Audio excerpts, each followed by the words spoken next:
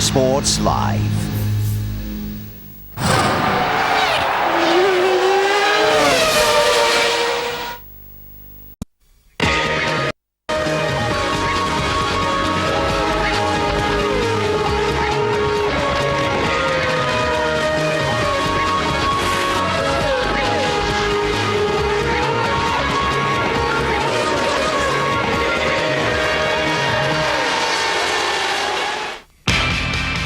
A1GP is in China as the championship reaches its climax. For one driver, this weekend represents the chance to confirm his status as the best in the competition.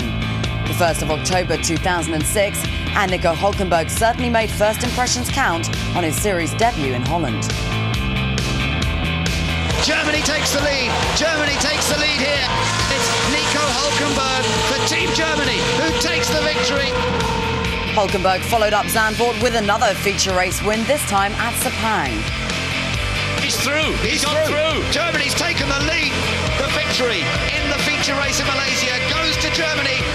A double win in New Zealand at Taupo took his tally of race victories to 4. The first time they've achieved the double on the same day, the sprint and the feature race victories go to Team Germany. A perfect start to 2007 as the young German claimed another double in Australia. Nico Hulkenberg wins for Team Germany. Now he can punch the air. Now he can enjoy the moment. After Oz, South Africa and the Durban street race, seeing the incredible Hulk record 6 race wins during a 5-week period. He's showboating out there, and victory for the second time today. So that brings us to today. 8 race victories, 99 points and $1 million in prize money to his name. This weekend, Nico Hulkenberg can top all of that, though, with the championship title. Threatening still, though, through the looming lines of Black Beauty and Johnny Reed, Germany's title challengers. While the battle between Germany and New Zealand dominates the title talk, Team GBR and Robbie Kerr followed up success in Mexico with pole here in China. It's round 10 Shanghai, round 2 China. A1GP's back in the Far East before it heads home to Brands for the last race of the season. Today, it's race day from the impressive Shanghai International Circuit. We're nearly there. So too is Nico Hulkenberg. Team Germany within a whisper now of clinching the championship. It could be theirs by the end of play today in China. There are a whole host of ifs, buts and maybes to consider where this championship title is concerned. Team New Zealand are the only other real contenders to stop them today. The battle has reached boiling point.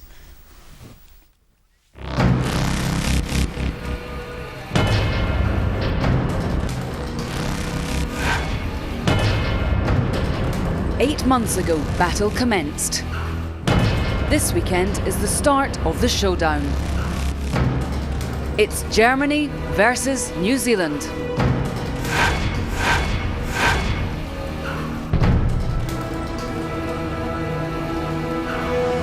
A1GP in New Zealand is a big deal.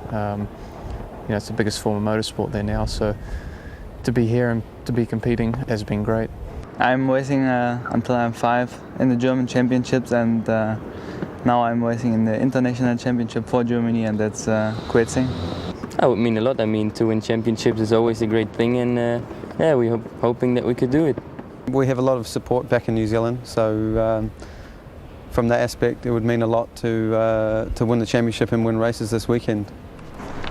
But which nation will take home the World Cup?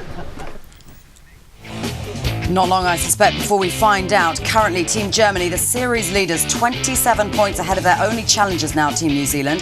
Behind them, a real battle going on between Britain, last year's champions France, Malaysia, Switzerland and the Netherlands for second and third. Here's what Germany have to do then to come home champions. A maximum of 34 points left available from the 2 remaining meetings this season. Germany could be crowned champions if at the end of the sprint race they're 28 points clear of New Zealand. If that's not the case, they need to be 17 points clear of New Zealand by the end of the feature race to claim the series win. And guess what? That's the simplified version.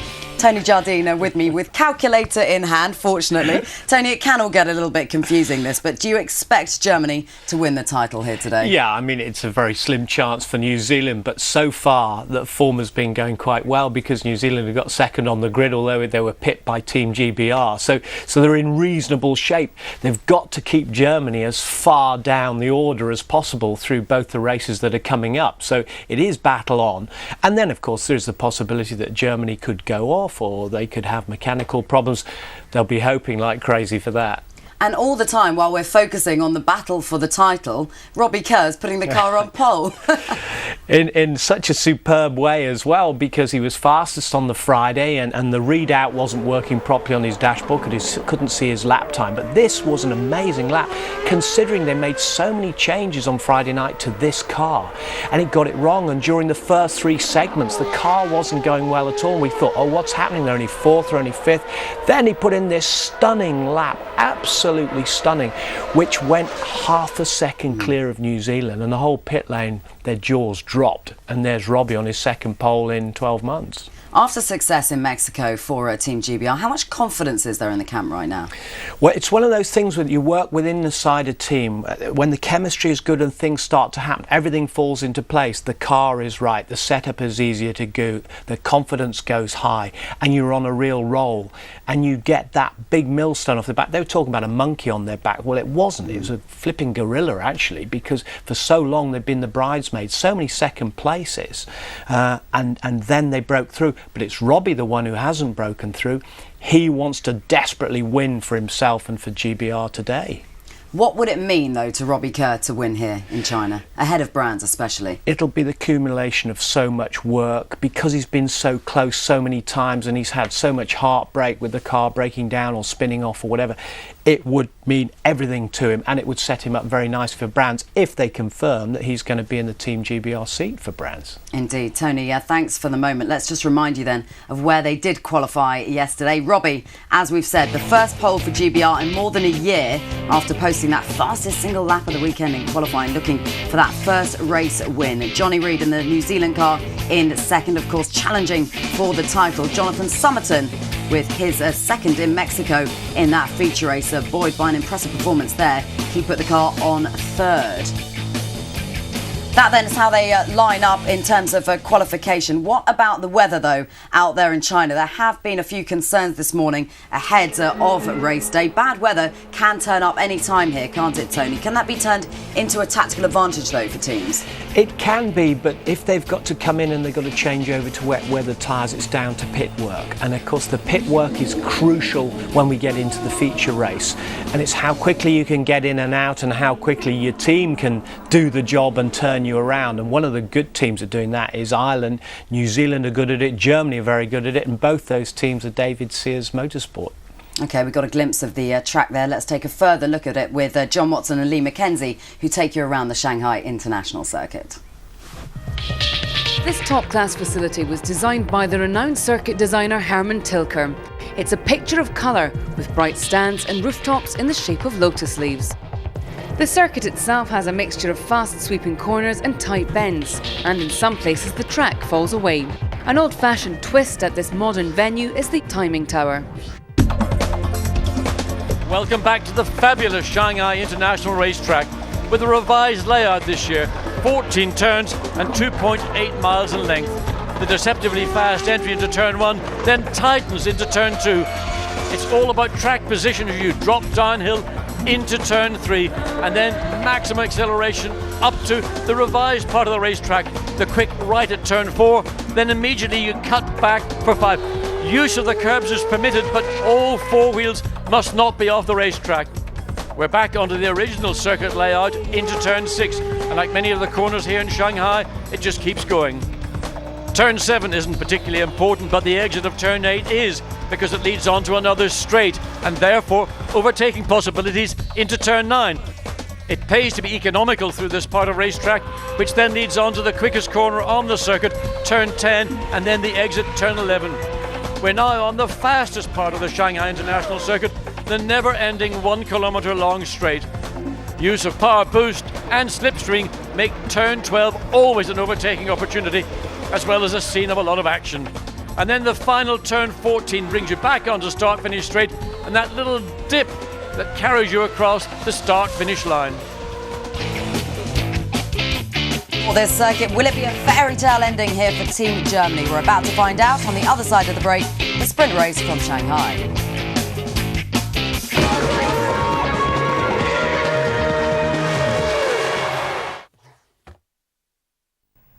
Weekend European Cup Rugby Union. 4 semi-finals, all live, only on Sky Sports.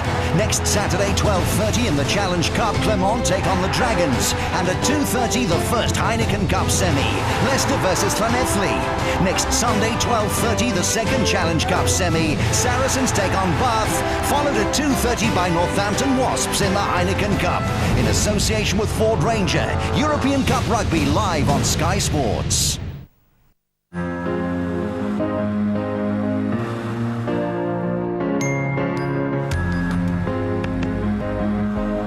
What happens if tomorrow's cars need a whole new kind of insurance? By considering what might change tomorrow, our insurance is more relevant and secure today.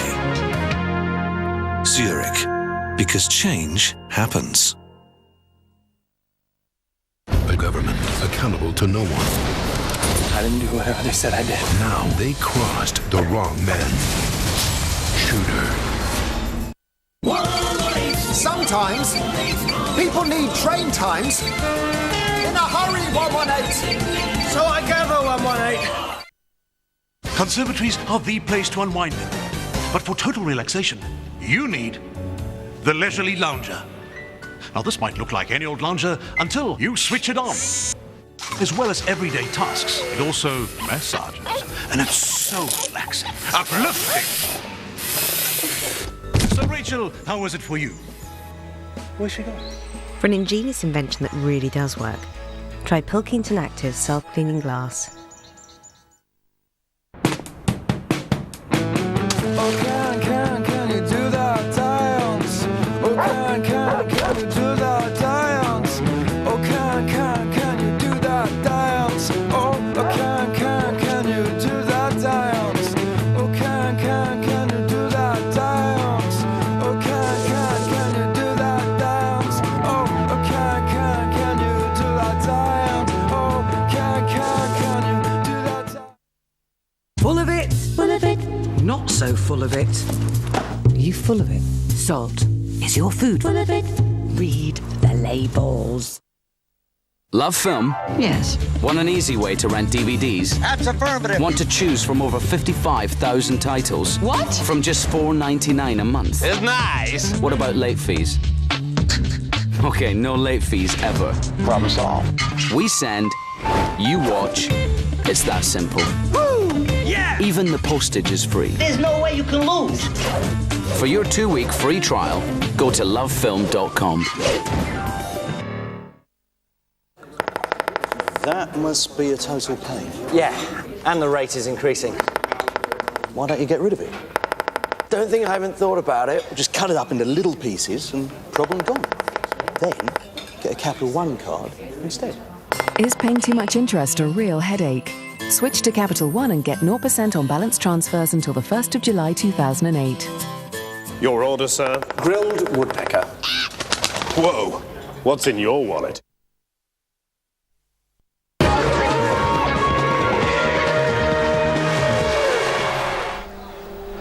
Welcome back to Shanghai, China for A1GP's penultimate race weekend of the season. Here's what you need to know ahead of this sprint race. Robbie is on pole and Germany need just 7 points from the weekend to wrap up the title. Tony Jardine, bearing that in mind, Nico Hülkenberg, do you expect a bit of a conservative drive from him in this sprint? Well, not overnight. He said, no, I can't afford to do that. Hülkenberg said he was really, really disappointed with his 4th place on the grid. And he said, there's no point driving conservatively. I'm going to drive for the wins in both the races because that's what I need to do. And to be honest, I think psychologically for a racing driver, that is the best thing to do. Because the minute that it is in your head that, oh, well, I can only have to get 5th place or 6th place, that's when your concentration is just slightly off and you can get out of kilter. OK, Tony, thanks very much for your thoughts ahead of this sprint. Let's just remind you how they line up. It's Robbie Kerr who's on pole. His first pole for GBR in more than a year after posting that fastest single lap of the weekend in qualifying. He is, of course, still looking for that first and very elusive race win in A1GP. It's eluded him so far. Johnny Reed lining up in second and the USA's Jonathan Somerton in third. Let's take you trackside then. Your commentary team for the sprint, John Watson and Ben Edwards. Sprint race here, the 10th event of A1GP World Cup of Motorsport. Now, big story concerning this team. That car is the car that you normally drive on your Friday track facts.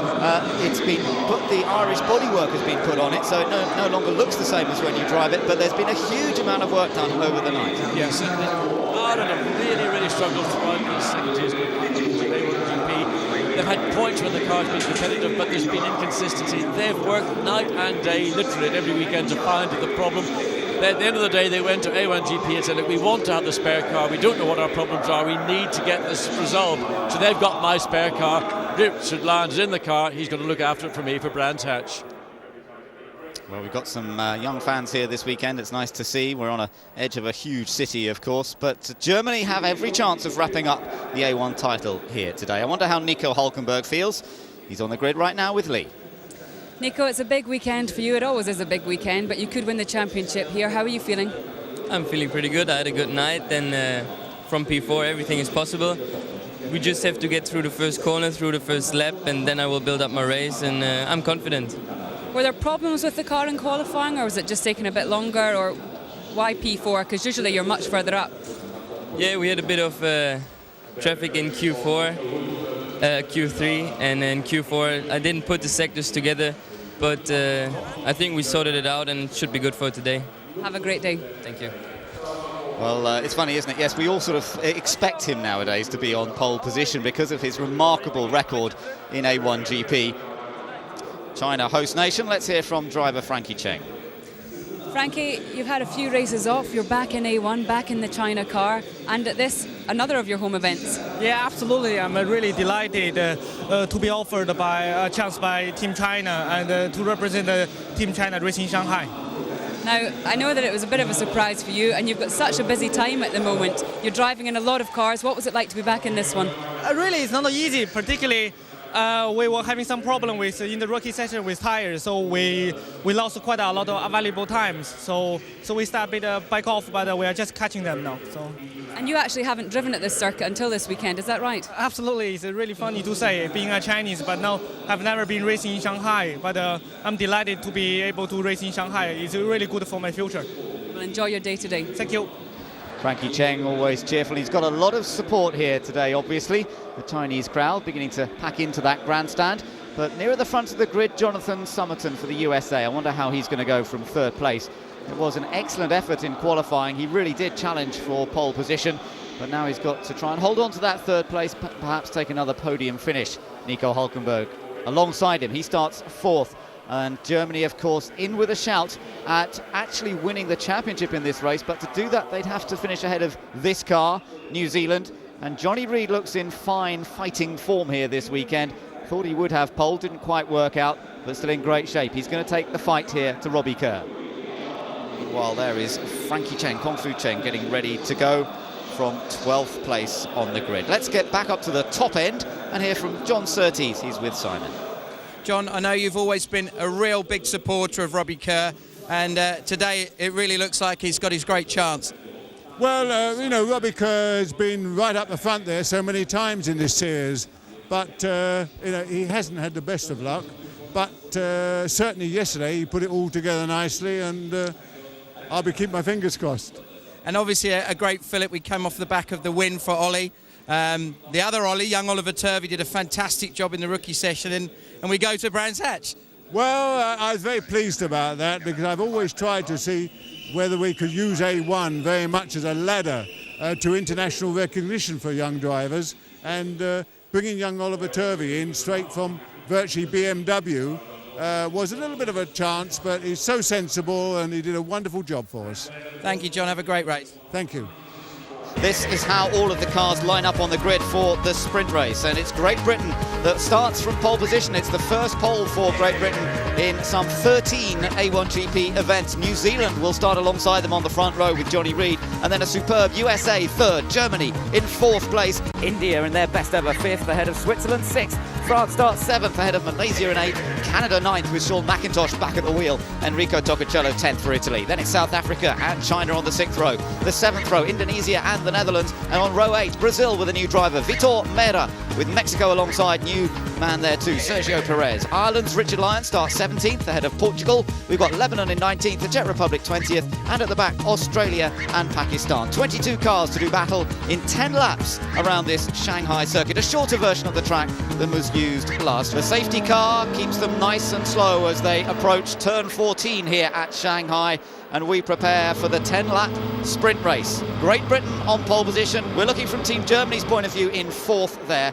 Great Britain on the outside as they come around this final corner, and it's Robbie Kerr who now dictates the pace. He will have the inside run to the first corner, but what about New Zealand? They have a fast racing car. Will they go on the attack? The red lights are on. We wait for the sprint race in Shanghai to get underway, and away goes Robbie Kerr, and he's made a very good start. New Zealand slots into second place. Germany is in the middle of the group there. Malaysia's made a great start, and so has Switzerland. Germany's going to battle to try and get back into fourth place, which it does. Switzerland around the outside of India.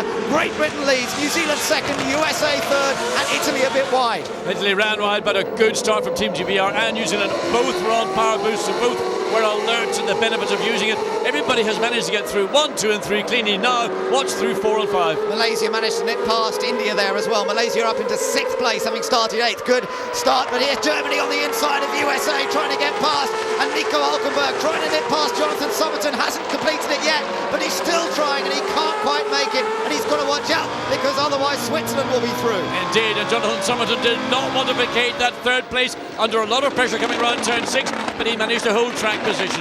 Well, this is Hülkenberg. He loves to race, and he will go on the attack for Team Germany here. Now, watch him as they come round the long looping right-hander. This leads on to the longest straight in A1GP, 1.1 kilometres, 3/4 of a mile long. Get out of this corner well, pick up the slipstream, and there's your opportunity to overtake. You're riding on board Team Germany. He's on the power boost, but USA is not on the power boost. This is surely a chance for Nico Hülkenberg to take third place. He moves over to the inside. Now he's got to complete it under braking. The leader's still Great Britain from New Zealand, but it's Germany now up into third. Surprisingly, America to choose not to use power boost when it was there available. He's still got 4 shots remaining. Now he's coming back, trying to get down the inside into turn 14, was not far enough up alongside and has had to concede, fall back, last one position. Nico Hülkenberg's on the move, but comes across the line. He's already 2.3 seconds behind Team GBR in the lead. Yeah, Great Britain leads, although New Zealand's not far behind in second place. Then you've got the gap back to Germany, then it's USA and Switzerland. Look at people on the power boost buttons on this running the sprint race. Well, we'll see what happens. Malaysia, of course, moved up to 6th from starting 8th. India dropped to 7th, Canada up to 8th, France in 9th, South Africa in 10th place. Our further back Team Ireland have moved up a couple of places. They're up to 15th from starting 17th. So let's look at the start again, and immediately Robbie Kerr took full advantage. Team New Zealand right under the rear wing, looking to go down the inside, but Robbie Kerr had the speed. He kept the car a little bit out to the left, which allowed him to carry even more speed into turn 1. Another view of it here from the overhead camera, looking in the middle of the grid. Team India was swept around the outside by Switzerland. Ireland and Brazil were sort of battling. Brazil has ended up losing out in that. This was the onboard view, and that was Germany just sweeping around the outside there. Switzerland, that was onboard India, I think. Yes, India's got that low slung camera, and that is the view the driver gets from the cockpit. You can't get it anything more realistic. Look at the battle coming down Main Street. Johnny Reid from New Zealand, Robbie Kerr, and it's New Zealand again on power boost. Robbie Kerr has got his mirrors full, and Johnny Reid is going to apply the pressure. I don't think he's going to take a big gamble to get past, but what he's going to do is nail the pressure. Switzerland on USA, almost contact. Switzerland takes 4th, USA back to 5th. 2 places lost to Team USA, and now again trying to come back, coming up into turn 14, but once again Team USA unable to respond to an overtake at the end of the main straight. Sebastian Buemi driving well for Team Switzerland, but now watch Alex Youm in the yellow and white car for Team Malaysia. He's a hard racer as well. USA going to the outside. That could be a mistake. Malaysia trying to go around the outside of both of them. Can't quite make it, but this is great racing for 4th. They were almost almost 3 abreast coming into turn 1, and ideally you want to be a single car. It's a high-speed entry over 200 kilometres per hour as you brake and turn into turn 1. Robbie Kerr is not getting away from Team New Zealand's Johnny Reid. Meanwhile, USA in 5th place. Malaysia now up to 6th, so... No, it's Switzerland is still ahead of those two, isn't he? So Switzerland in 4th, that's right, USA, then Malaysia. India still 7th, Canada 8th, France 9th, South Africa 10th. Ireland has gained another place. Meanwhile, they're up to 14th position. This is certainly a boost for those mechanics who only had 3 hours sleep last night. Team Ireland up to 14th. Well, there's a battle going on the front, but there's a battle going on behind the third of these 3 cars. That car, Malaysia, then it's India, France, India, Canada, France, South Africa, absolutely joined together. Loren Karthikeyan desperate to find a way past the low wing setup car of Team Malaysia. Alex Jung told us we took wing off because we want to be quick here down the main straight. That's going to be our advantage. We may not be so quick around the twistier parts of the track, but we can maintain and consolidate here on the main straight. Well, power boost still available to both drivers. Doesn't look as though they're using it as yet. Heading down towards the hairpin. India not close enough, although Malaysia makes a little mistake under braking. He manages to recover it. There was almost an opportunity there, although Karthikeyan wasn't quite close enough to take advantage.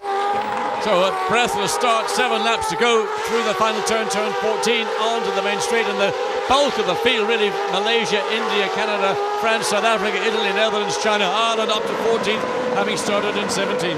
So this is good racing, and we'll keep an eye on it as we go through the rest of this one. The sprint race, though, determines your grid position for the feature. So if you take a big gamble and go off the road, you could end up right at the back for the start of the long feature race. So you've got to be careful. Team India still up there in 7th place.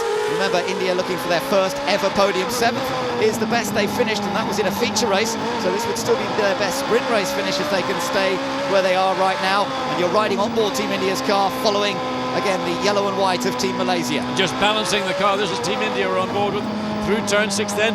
Parts 7 and 8. You want to use part 7 to set the car up for part 8. It's about good exit speed off turn 8 that gives you the benefit, the run up into turn 9. You can get alongside somebody. If you do that, you can take the corner away. Last lap, Team Portugal made a mistake somewhere. They've lost a few places, back down to 21st position for Jean Urbano, who's making his debut for the team. But up front, it's still Great Britain leading by 0.8 of a second from New Zealand. Then that gap back to Germany.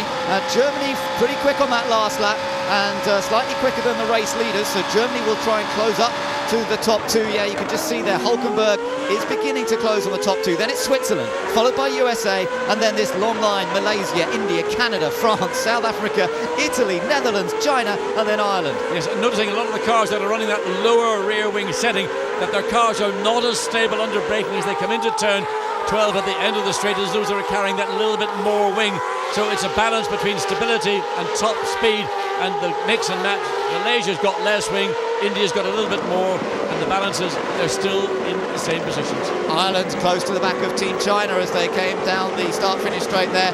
Ireland has made some progress in this race already, and they're looking for more positions if possible to boost their position on the grid for the sprint, for the feature race later.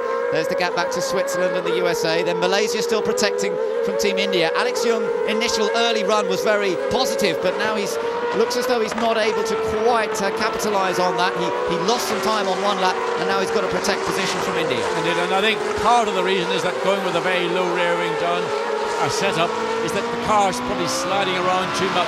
If the ambient temperatures have been a little bit higher and there's a little bit more grip coming from the racetrack, that wing setup maybe would have worked more to the advantage of Malaysia. But India's been unable to challenge Malaysia in any meaningful way. There's been a couple of sniffs in various parts of the racetrack, but nothing that has given, I'm just looking at Naren Karthikeyan for India, the opportunity to get alongside and take away the 6th place from Malaysia, the final point scoring position in this sprint race. The top 3 had virtually identical lap times, all 1 minute 36.2 something on that last lap. So Great Britain, New Zealand and Germany all very, very evenly matched in the early part of this sprint race. Nothing much to choose between them. India again closing up under braking. Netherlands on Italy here. This is for position for 11th place. The youngster, Renger van der Zande, makes a lovely move on Enrico Toccocello, one of the more experienced competitors.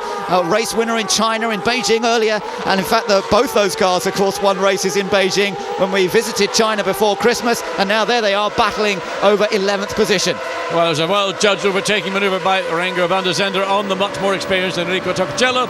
He gets the position, puts himself now up into 11th place. but of course a long way from being in a point scoring position as we look at China. Frankie Cheng, and he's got problems behind him because Ireland, Richard Lyons, running the car that is the spare car for A1GP at every event. They've taken off the bodywork and put on all the Ireland appropriate bodywork. It's a new car for Richard Lyons. Didn't get to drive it until he went out of the pits prior to coming onto the grid. So clearly, after this race, Richard will want to make a few adjustments to make the car even more appropriate to his particular needs. Great onboard view. You know, they're working hard around this track. There's a lot of grip available. The shaking is pretty obvious on his head there as he tries to fight the physical G-force loads that are thrown at the driver. And although this track perhaps isn't as physically demanding as some of them, this long corner here can certainly get to the neck muscles. It certainly does, and it's a long corner, and it's one of the longest corners now at any racetrack that I think A1, or certainly most race. Watching China there, a lot of rubber that's pick up around the outside of the corner, flying off the outside front wheel of the Team China car. As again, China on power boost, trying to find a way to get close to the tail of Italy. Italy was overtaken one lap ago here by the Netherlands, and obviously Frankie Cheng from China thinks if I can get into position, I can apply the same pressure and maybe get the same result. There's just been a very good lap from Team GBR, race leader, and he's suddenly opened up another half-second advantage over New Zealand. Now 1.6 seconds the gap, first to second. So Robbie Kerr's just put in a very good lap compared to those around him. Meanwhile, Germany's got a little closer to the back of New Zealand. I think New Zealand's going to settle for second. They'd be pretty happy with that. We're still riding here with China. What a great camera position, looking now into the cockpit, the face of Frankie Cheng. And of course, just behind is the Team Ireland car of Richard Lyons. But there is the race leader with a 1.6 second advantage over Team New Zealand. Johnny Reid in second place, and behind him Nico Hülkenberg a further 1.4 seconds behind. So we've now really got a situation which is fairly stable. Unlikely to see very much change of position with 4 laps to go, certainly between the first 3, and in fact with Switzerland pretty much safely ensconced in 4th place. But still pressure could come from Jonathan Somerton, who could clearly have a car that wasn't the car that he had in qualifying. The change of weather conditions, maybe catching the less experienced young American driver out more than others. Yeah, that's quite right. Perhaps it did. But the car seems to be coming back for him now. He seems to be lapping quite quickly, so it makes you wonder whether they almost set it up for a race distance. France had a little bit of a view of a lock-up from Canada's Sean McIntosh there, but I don't think he was quite able to take advantage of it. No, and again, through turn 2, down, you drop very abruptly downhill. As we go now back to the end of the straight, Jonathan Somerton gathering up the Team USA car. Oh! That's France trying to get past Canada, and he so nearly threw it away there, Jean-Carl Vernet. He did well to gather it together. I mean, that was pretty amazing. The car pointing 45 degrees to the wrong direction. He needed to be turning right, he was turning left, but good car control from Jean-Carl Vernet to make sure no contact with Canada, and also keeps the car on the track. There's a problem. He's got a tyre, he's shredded. He's had a lockup, a major lockup as a consequence of that, and he's now gone off track in turn 1. He's got a broken front wing as well. There must have been contact we didn't see. No, there wasn't. I think Canada had a puncture as well. I think Sean McIntosh was in trouble. They made contact somewhere, John, you're right, and a rear tyre puncture on the Canadian. I wonder, was that going into turn 14? Maybe that was Canada and France getting together. We didn't see any contact. That was obvious. And turn, here we go. Now this is where he pulls out, gets so close, and now what was that all about? Well, whether he misread the slipstream, that has been known, or whether... Well, in fact, Sean McIntosh, last season, was involved in a similar incident. Very, very strange, getting so close to another car, and then that's the consequence. He hits the rear of the Team Canada car, the wing comes off, the wing comes back from the France car. Look, the Team France, they are absolutely... Well, I can't even think what they're thinking. No, I know, that is such a shame, and for Vernet, who spun out in Mexico, was doing a good job here. That really is very disappointing, and for Canada too, they were desperate for a solid top 10 finish here. That was a bit of a strange one, I have to say. They're out of the top 10, and that means that South Africa will move up into 8th position. Now there is South Africa, and pressure from the Netherlands. So these are now 8th, 9th and 10th. Not in the points, because remember the sprint race only pays points to 6th. But what it does mean is they're potentially then in a points-paying position in the feature race. So these guys will all be very grateful that move happened. But it's a great shame to lose both Canada and France. It is, but that's what happens when you get close racing. And we saw Jean-Carl Vernet getting right under the rear wing of the Team Canada car. And then all of a sudden there was a contact, and there was no obvious reasons. It doesn't look like it was a misjudgment. Something clearly didn't go as per plan, and it's taken out Canada and France. So Alan van der Merwe for South Africa. He's boosted up into 8th position now. And there is the stricken French car at the side of the road. The yellow flag still waving down there, obviously, so no overtaking on that section. Only 2 laps to go, less than 2 laps to go now for race leader Great Britain. The lead was 1.6 seconds. It's now down to 1.1, but that should be a reasonable margin for Robbie Kerr to protect. And there you can see he's got quite a decent length of lead over New Zealand. Germany still running in 3rd place, remember. All important information gathering, because they all want to test each other's race pace when it comes to the feature this afternoon. Well, the race pace, the fastest lap of this race so far, has gone to Team New Zealand on lap 7. So Johnny Reid on that 7th, that was pretty quick, and he has drawn up to, it was 1.1 seconds as they came across the line. And that was at the end of lap 7, so they're on lap 8, so 2 laps to go. But it is time running out for New Zealand. They want to be in the front row of the grid, which they automatically will be should they finish second. The only difference is they will be on the right-hand side of the racetrack for the standing start, as opposed to the left for the start of this sprint race. On to the last lap. We're watching Jonathan Somerton's performance here from 5th place. He's chasing after Team Switzerland in 4th position. But Robbie Kerr leads for Great Britain. Could he be on for his first ever win in A1GP and make it back-to-back victories for Team Great Britain? Winners in Mexico last time out.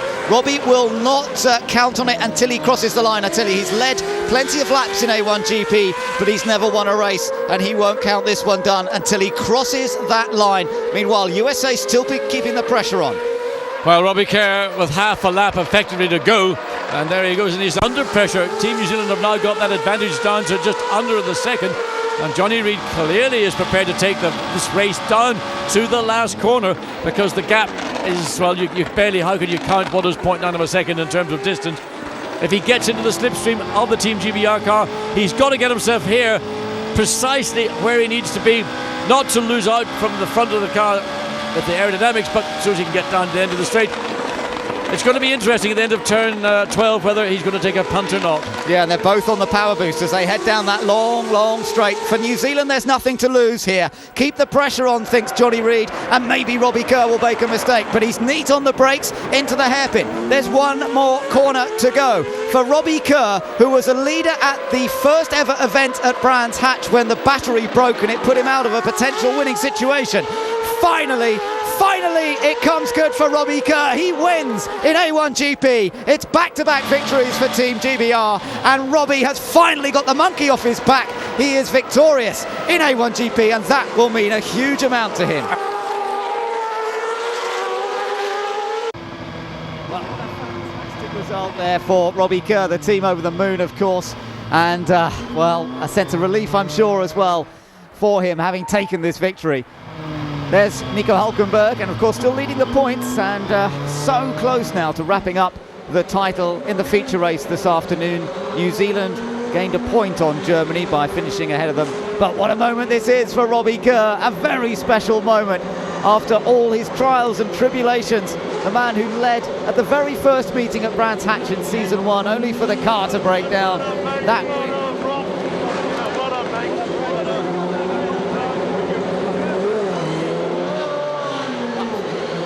And he has finished ahead of these two guys. New Zealand in a strong 2nd place, and they're definitely going to be a threat for the feature race. James Robinson and John Surtees, well, they're obviously well pleased that it's happened for Robbie Kerr, but their focus will now, I'm sure, shift to the feature race. Can they make it 2 out of 2? Third place trophy, the bronze medal, therefore, going to Nico Hülkenberg. And he fought well in that early lap to move up past the American car in particular. And there's a smile on Nico Hülkenberg's face. The title still very much within the grasp of the German team here at the penultimate event. Johnny Reid for Team New Zealand, a very strong performance as we've come to expect. He's put Mexico behind him. Nothing seemed to work right in Mexico, but it's working very well here in China. But at last, Robbie Kerr has the opportunity to taste gold. He gets the gold medal, and Great Britain wins a sprint race. Look at the smiles, look at the face of Robbie Kerr. What a special moment.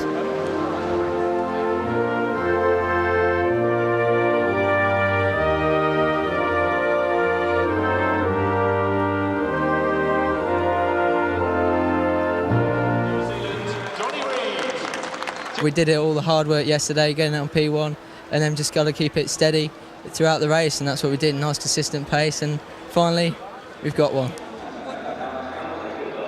We've got a great car, so I'm very confident over the longer race, and the team do a fantastic job, so I have every reason to be confident for the feature.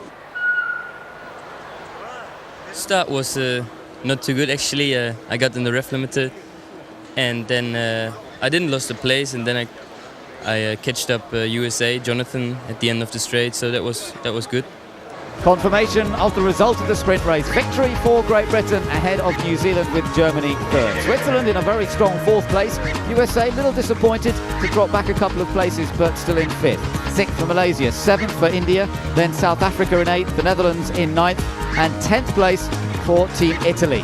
11th just outside what could be a point scoring position in the feature race. Team China, the host nation, so let's see whether they can move up a bit later on in the day. Good improvement for Team Ireland, up to 12th place and some quick laps during the race ahead of Indonesia, Brazil and Mexico. Australia gained a few places, up to 16th. Then the Czech Republic, Lebanon, Portugal, then Pakistan, and of course the two cars that we lost from the race, Canada and France. New Zealand have ended up with the fastest lap.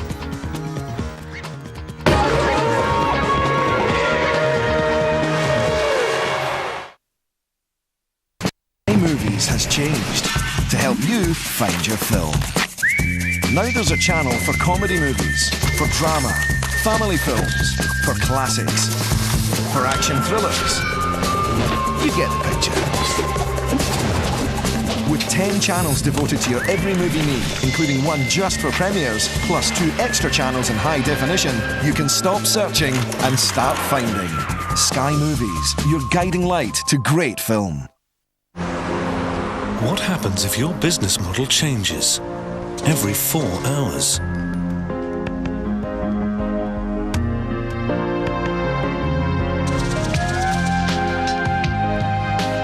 By considering what might change tomorrow, our insurance is more relevant and secure today. Zurich, because change happens. Conservatories are the place to unwind in. But for total relaxation, you need the leisurely lounger. Now this might look like any old lounger until you switch it on. As well as everyday tasks, it also massages. And it's so relaxing, uplifting. So Rachel, how was it for you? Where's she going? For an ingenious invention that really does work, try Pilkington Active's self-cleaning glass. Can you do that dance? Oh, can you do that dance? Oh, can you do that dance? Oh, can you do that dance? Oh, can you do that dance?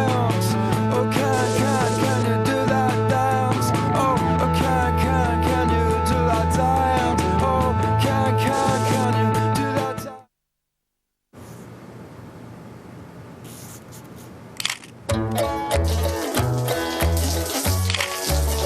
Last year, Boots cut over 1,200 prices on the things we use most often.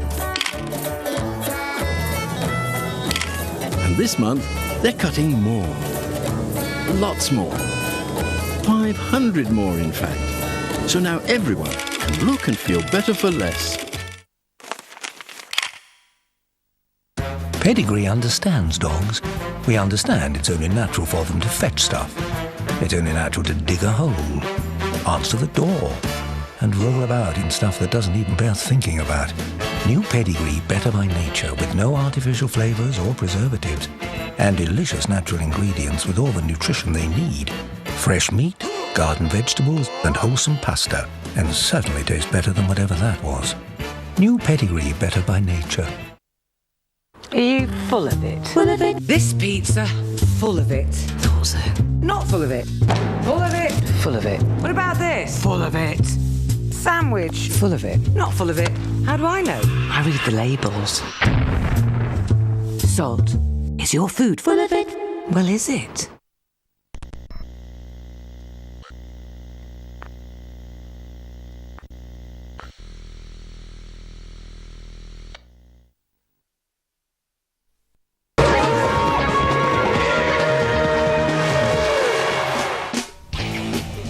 A1GP in Shanghai, China for the World Cup of Motorsport. Team GBR holding on for that second consecutive victory. Confirmation of how that sprint race finished. GBR and Robbie Kerr with their first race win in 35 attempts. New Zealand and Johnny Reid with the fastest lap in second. Germany and Nico Hülkenberg in third. 26 points ahead of the rest. Needs 2 more points to win this championship, Germany and Nico Hülkenberg. OK, let's get Tony's thoughts to that sprint race from Shanghai. And Tony, let's start with Germany, because they were aggressive from the start, which perhaps I suppose many people thought they might just lay back and just watch everything unfold in front of them, but they didn't, do they? That's what we said. He'd actually said overnight, no, I'm going to go for the win, I'm going to be aggressive. I have to be, because otherwise I might lose concentration, and certainly that's what Germany did. And right from the start, he attacked. He went for that third place off the grid of USA. And right at the beginning, look at this, right through inside turn 1, turn 2, locking up on the outside Nico Hülkenberg, and Somerton holding on just. But he continued, he put the power boost on, and then he got past him at the end of the straight and got through into that third place, but he couldn't quite catch up with GBR and with New Zealand. Neil Yarny's been the star for Team Switzerland throughout this series since its inception, but what about Sebastian Buemi, because brave driving from him today? Well, he's had 4th places. He left the championship just for the one race, but there you are, being aggressive there. Buemi got inside, and that was down at turn 11, and actually touched wheels there as he got inside USA to get through. And that was brave manoeuvre here. This is this fantastic ground shot as well, when Malaysia, who had a wonderful start, Alex Young, who got right up with them here. And look at this.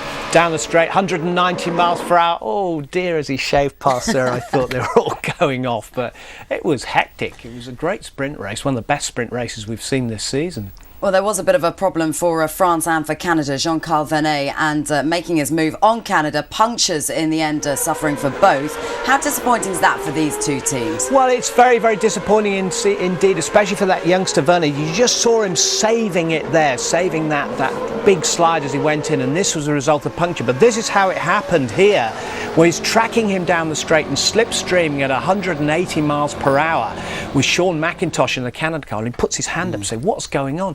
Almost as if Sean had backed off earlier. I don't think that was the case. It seemed like a slight mistake in his judgment there, so his front left hit the rear, and the tyre peeled off, and it could have been very, very nasty. Not such disappointment for Team GBR at all. Tony, thank you, because Lee Mackenzie is trackside ahead of the main race of the day, the feature with our sprint race winner.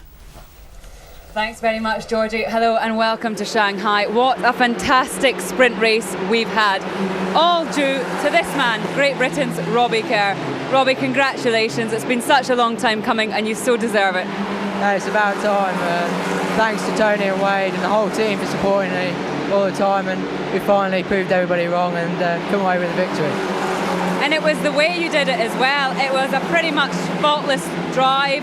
You know, you were very consistent. The 3 guys behind you were putting a lot of pressure on all at the same times, but you stayed there at the front. No, it's just keep it nice and steady, keep the car under control. We knew the track was a little bit slippy because it rained overnight, but it cleared up, and we got a consistent grip, and just really happy. But it's a shame we can't celebrate it now. We've got to focus on the feature race. P1 for the feature race, well, we've just got to go out there and do it again. I was just about to say, it has started to rain slightly as well. I mean, it's been a bit on and off. It's threatening for this afternoon, but you've just got to keep it at the front, I suppose. Just got to keep it steady, haven't we? Keep it on the island and bring home, hopefully, again, another win.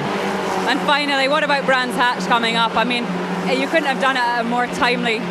Oh, it's brilliant consistency for the team, getting stronger and stronger, and hopefully the home crowd will come and support us. Robbie, congratulations.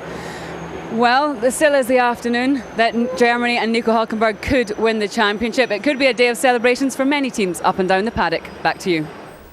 Lee, thank you. So Team GBR can celebrate that sprint race win, but they've got to be careful, haven't they, Tony, that they don't get so caught up in that they forget to concentrate on the feature.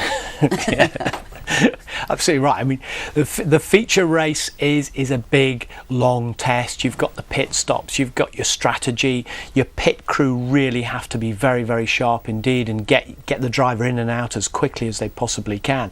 And now you've got the possibility of rain. It looks pretty grim there at the moment. With a bit of luck, the rain will hold off before the start of the feature. As far as you were concerned, though, in that sprint race, did Robbie do all the hard work in qualifying? Yeah, he did, and they got the car set up so well. The fascinating thing for me was that they made changes on Friday night. When they went out into qualifying in the first 3 sections, they found out that the car wasn't right, so they had to keep changing it through those different sectors, and eventually they got a really lovely, stable platform, and the car looked fantastic. You know, we've watched Robbie before getting sideways and the car looking a little bit pointy and a little bit nervous, whatever. And here on the circuit of all circuits, where you've got every bend imaginable, this great high-tech track, he was superb, and the car looked superb. So that's man and machine really in harmony there, and they're on a real roll. Johnny Reid managed a second, just 1 place off the pace of Team GBR. He's been speaking to Lee McKenzie. What you felt or what you saw when you were coming around in your opening laps?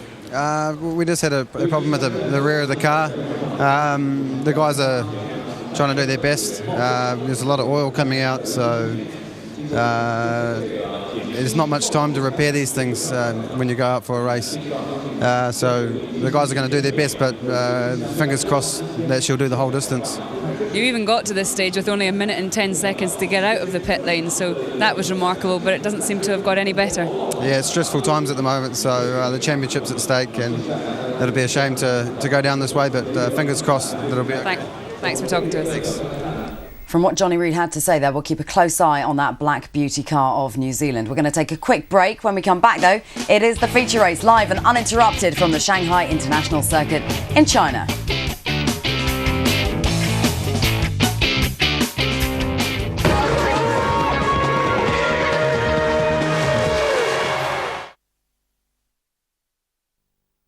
Football double bill. Oh, what a beauty! At 3:30, Blackburn versus Chelsea for a place in the final. That's a fantastic goal! Who is going to Wembley? But first, Ford Super Sunday at 1 p.m. Big chance for Wigan. Wigan against Spurs. What a great cross that was. Great football action. Absolutely wonderful. Today on Sky Sports 1 and HD1.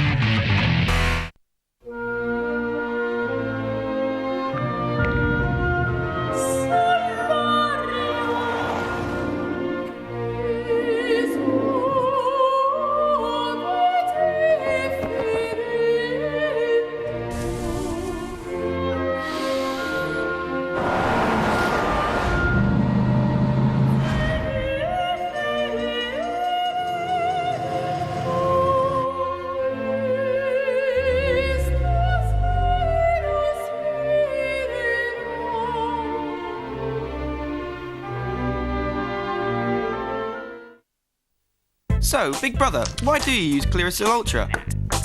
You don't have any spots. That's exactly why. To help make sure I don't get any. Clearasil Ultra Treatment Wash with active agents fights against spots and cleans deep into pores. Try it, just don't use it up. Clearasil Ultra, visibly clearer skin in just 3 days. That must be a total pain. Yeah, and the rate is increasing. Why don't you get rid of it? Don't think I haven't thought about it. Just cut it up into little pieces and problem gone. Then get a Capital One card instead. Is paying too much interest a real headache? Switch to Capital One and get 0% on balance transfers until the 1st of July 2008 and 0% on purchases for the first 3 months. Call Capital One on 0800 952 5050 or visit capitalone.co.uk. Your order, sir. Grilled woodpecker. Whoa. What's in your wallet?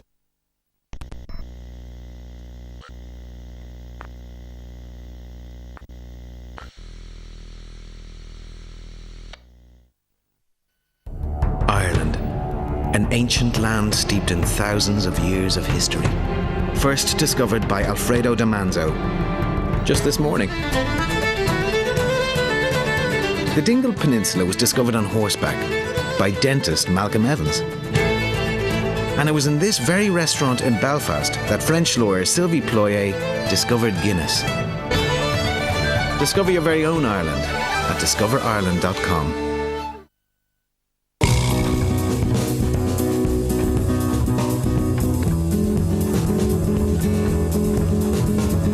When you're with baby, I go out of my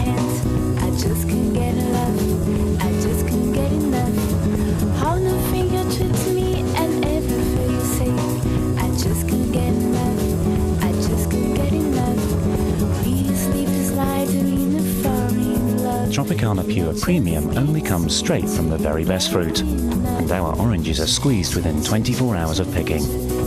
Tropicana Pure Premium, straight from the fruit.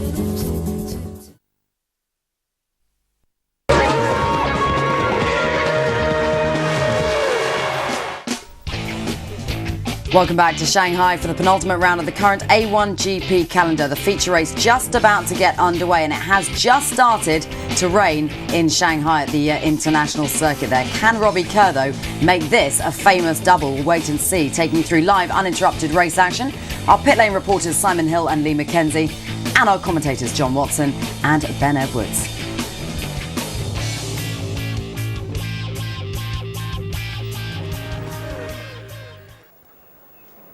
It's the 10th and penultimate event of the second season of A1GP World Cup of Motorsport here at Shanghai at this fantastic facility, the Shanghai International Circuit. The second time we've been here, but it's a slightly shorter version of the circuit than we've seen in the past. There's been a drama in the pit lane for New Zealand, bit of a worry for them. Let's get back down to the grid and hear the latest from David Sears. David, the boys have been working flat out. Is it going to hold? I think so, yeah.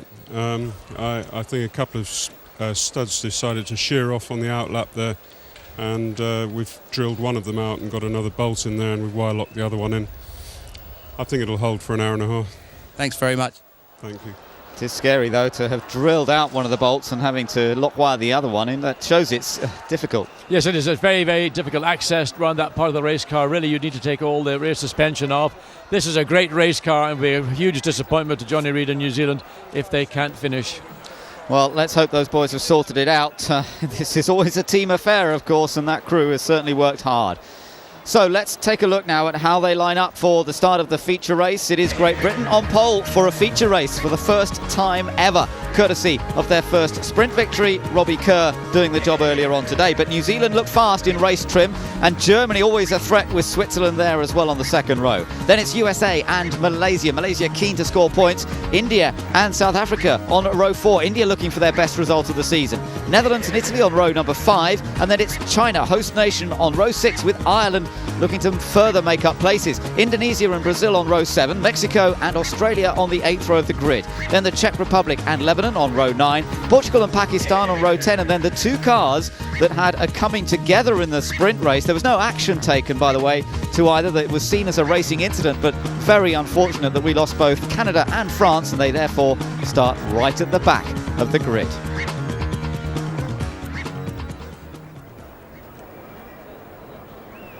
All the cars are on the grid, I'm glad to say, John, so it looks as though everybody should be able to get away. There's the man on pole. So we'll see just how he manages. Of course, he's got a standing start to cope with this time, but you do have the stagger to the grid. Yes, you do, and he's on the clean part of the racetrack. He's got the best opportunity to get into turn 1 ahead of the rest of the field. And of course, from New Zealand carrying effectively what will be in sporting terms an injury to their car. That's something that Johnny Reid will have on the back of his mind all the way through the 40-lap race. Robbie Kerr, of course, on the other hand, has got that knowledge as well, and he can have a little bit more comfort in the thought that New Zealand may be running slightly injured. But on the other hand, Team GBR at the end of the 10-lap sprint race did have a fairly heavily worn left front tyre, and of course everybody else in the pit lane were aware of that. So it's a bit of contra one way and the other, strengths and weaknesses all the way through the front of the grid in particular. So is China going to be able to move up? 11th place on the grid. That's only one position outside a potential point-scoring finish, and that would certainly, I think, be a real boost for Team China once again. They've had some good results, particularly that at third place in Australia. But it's almost time to get this feature race underway. Please welcome Yen Jin-chang, Director General of the Ministry of Sport, to say a few special words. 接下来有请国家体育总局汽车摩托车运动管理中心主任严建昌先生宣布引擎启动。先生们，为了国家的荣誉，请你们发动引擎。Gentlemen, for the pride of your nation, start your engines. Now the signal is given. and both in Chinese and in English. And we've got the engines firing up below us. Our vantage point, John, commentary position in the top of that grandstand. So we've got a good view looking down over the grid, and of course of those all-important pit stops that you were talking about. Yes, I think the pit stops are going to be, I mean, they're always key, but I think the pressure at the front of the grid in particular, with Great Britain in pole position, New Zealand second, Germany third, Switzerland and then Team USA, is going to be a very, very close race. No one has shown any distinct overall advantage, but of course one little slip in the pit lane will just dissipate any of that advantage that you may have enjoyed. We've got a bit more brightness, I'm glad to say, here this afternoon than we had this morning. Still, they've got a rather grey cloud overhead, but temperatures have climbed up. We're in the low 20s degrees, and fairly comfortable conditions for us, and more comfortable for the drivers than some of the recent races, that's for sure. Away we go then on the formation lap. Bit of a practice start for all the guys to see how the car gets away, and Great Britain and New Zealand making full use of that. Let's just check that everybody gets away. I can look down from my vantage point. Yep, I can tell you they have all moved away cleanly. Yes, a lot of rubber being left by the cars that are on the right-hand side of the racetrack as they sit the left-hand, as you see in the picture, because they want to make sure that is the dirtier side of the racetrack, that they've got something that when they complete this lap they can drive over, place the rear tyres over those black lines and try and get the best traction off the standing start. It's always a sort of a bit of a hit and miss as to whether you can make the perfect standing start. It is a skill. Robbie Kerr best placed on the left-hand side on TV, right-hand side of the track for him. And the run down into turn one, Robbie Kerr managed to dominate that run in the sprint race. Slightly different circumstances for the feature race. That's right, he's got to get it off the line effectively. Now remember, there's a couple of things at stake here, not just a victory for Great Britain or perhaps for New Zealand or Germany, all three perfectly capable of it, but Germany could wrap up the title in this race, and all they actually need is a 9th placed finish. 2 points would be sufficient for Germany to wrap it up. New Zealand could still score as many points in them in theory, but they wouldn't have as many victories as Team Germany. So if it came to a tiebreaker, Germany would then win it on number of wins this year, and New Zealand couldn't win as many even if they win all the remaining races. We're on board with Team Germany, so is Nico Hülkenberg going to wrap it up for them today? I think it's going to be very difficult for him not to seal up that championship. All he has to do is maintain position. If he finishes third, then really it's a job done, and an excellent job by Nico Hülkenberg. On the other hand, because they've got such an advantage, he may well decide, well, why not go out in the way you should win a championship? That's winning it by winning the event. But of course that will put maybe him into risk, because it is such a close field at the front of the field. It is, and it's going to be very interesting to see whether he can achieve it. Of course, he took double wins in New Zealand, Australia and in South Africa. By that I mean he won both the sprint and the feature races. Now that is what Robbie Kerr is aiming to do here today. He's already won the sprint race. Can he do the double? Remember, the prize money's at stake, because you only get prize money for the feature race. $300,000 at stake if Robbie Kerr can win this one and back up victory in the feature race by Oliver Jarvis last time out in Mexico. But the key for Great Britain is going to be looking after the left front tyre, because the way that Team GBR have set their car up, they're running a little bit less front wing, and there was graining on that left tyre, whereas Team New Zealand's car has got a more neutral setup, and their tyres were sweet as a nut. Yeah, they looked good after that sprint race. Chris Gorn on the right, John Sears on the left there for Team New Zealand. They have been working so hard this weekend, but they've got the extra nervousness of knowing whether that gearbox is going to hold up. They've tried to make effective repairs as quickly as possible, but they're going to be so anxious about that, let alone the actual race result. In position, just about everybody. China slightly out of its box. Hopefully that won't cause a problem. And everybody else now in position. Last few cars, I can see Portugal is still just rolling into position. Canada and France are in place now, as we're all set for 40 laps of the Shanghai International Circuit, the penultimate event of A1GP World Cup of Motorsport. We're here in China for the second time in the season, waiting for those lights. And is Robbie Kerr going to get off the line when they go out? Let's see what happens. Away we go. And it's a good start from Kerr. It is a good start from Great Britain. New Zealand into second. Germany coming down to the inside, protecting third place. Behind there's a little bit of a battle. USA got away well. India trying to make up places. But remarkable. Oh, we've got problems at the back. Yes, contact on the end. South Africa getting tagged by. So 2-7-2 turn one, coming into turn two, but it was a perfect start for South Africa coming down the grass, but a perfect start for Team GBR and Robbie Kerr, with New Zealand behind, more bodywork contact, and that was near the front of the field. It was, so we'll have to try and check that out, but Great Britain got away well, as you say. New Zealand and Germany followed. USA gained a place, up to 4. Switzerland lost one, down to 5th place. Malaysia's also lost a place, they're down to 7th position. Italy started well, got back ahead of the Netherlands. And Ireland up to 10th place, halfway around the opening lap. Great effort from Richard Lyon, so he's managed to pick his way through that first corner. But we gather the safety car is going to be coming out. There's debris on the track, they want to clear that away, and the safety car will therefore pick up the field as they come past the start-finish line. And Robbie Kerr, he's got the lead position, he can now hold on to it, but they'll all have to slow down. Indeed they will, but of course that contact in the early part of turn 1 and then later around coming to turn 2, and there was bodywork somewhere on the exit of 3 going up to turn 4. Remember, they can still race until they get to the line here, so there could be potential changes as we come down to the hairpin. But Great Britain still leading. But there is a waved yellow flag coming down, so they will be required to essentially fall back into the positions that they were on the main straight. But it is chaotic, I think, is the only way I can describe how they're coming down through turns 12 now, out of turn 14, where they will pick up the safety car on the main pit straight. Well, we'll see what happens there. Indonesia was battling with Australia. I think he's actually dropped back behind Australia again because of that yellow flag, so hopefully he won't get into trouble. They are picked up by the safety car. We do have an early incident here. Very clean first race, the sprint race, we had no problems. It's always tricky, though, to get the whole field around here. Mexico's still stuck there, I'm afraid. Well, it's going to take a minute or two. The engine clearly may have stalled, and of course, with the cars in gear, he hasn't realised that he's got a select switch, and there's the South Africa car coming in.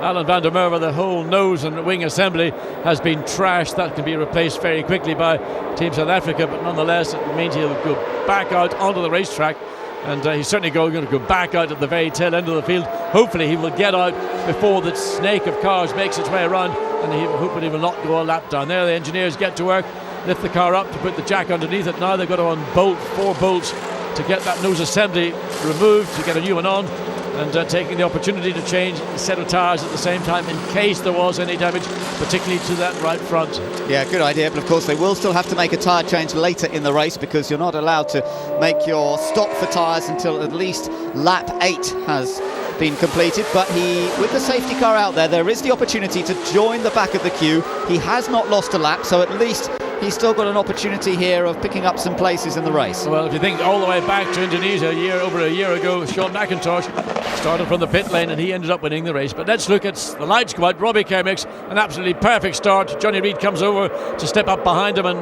Nico Hülkenberg for Germany goes from left to right and blocks the progress of Switzerland and the USA.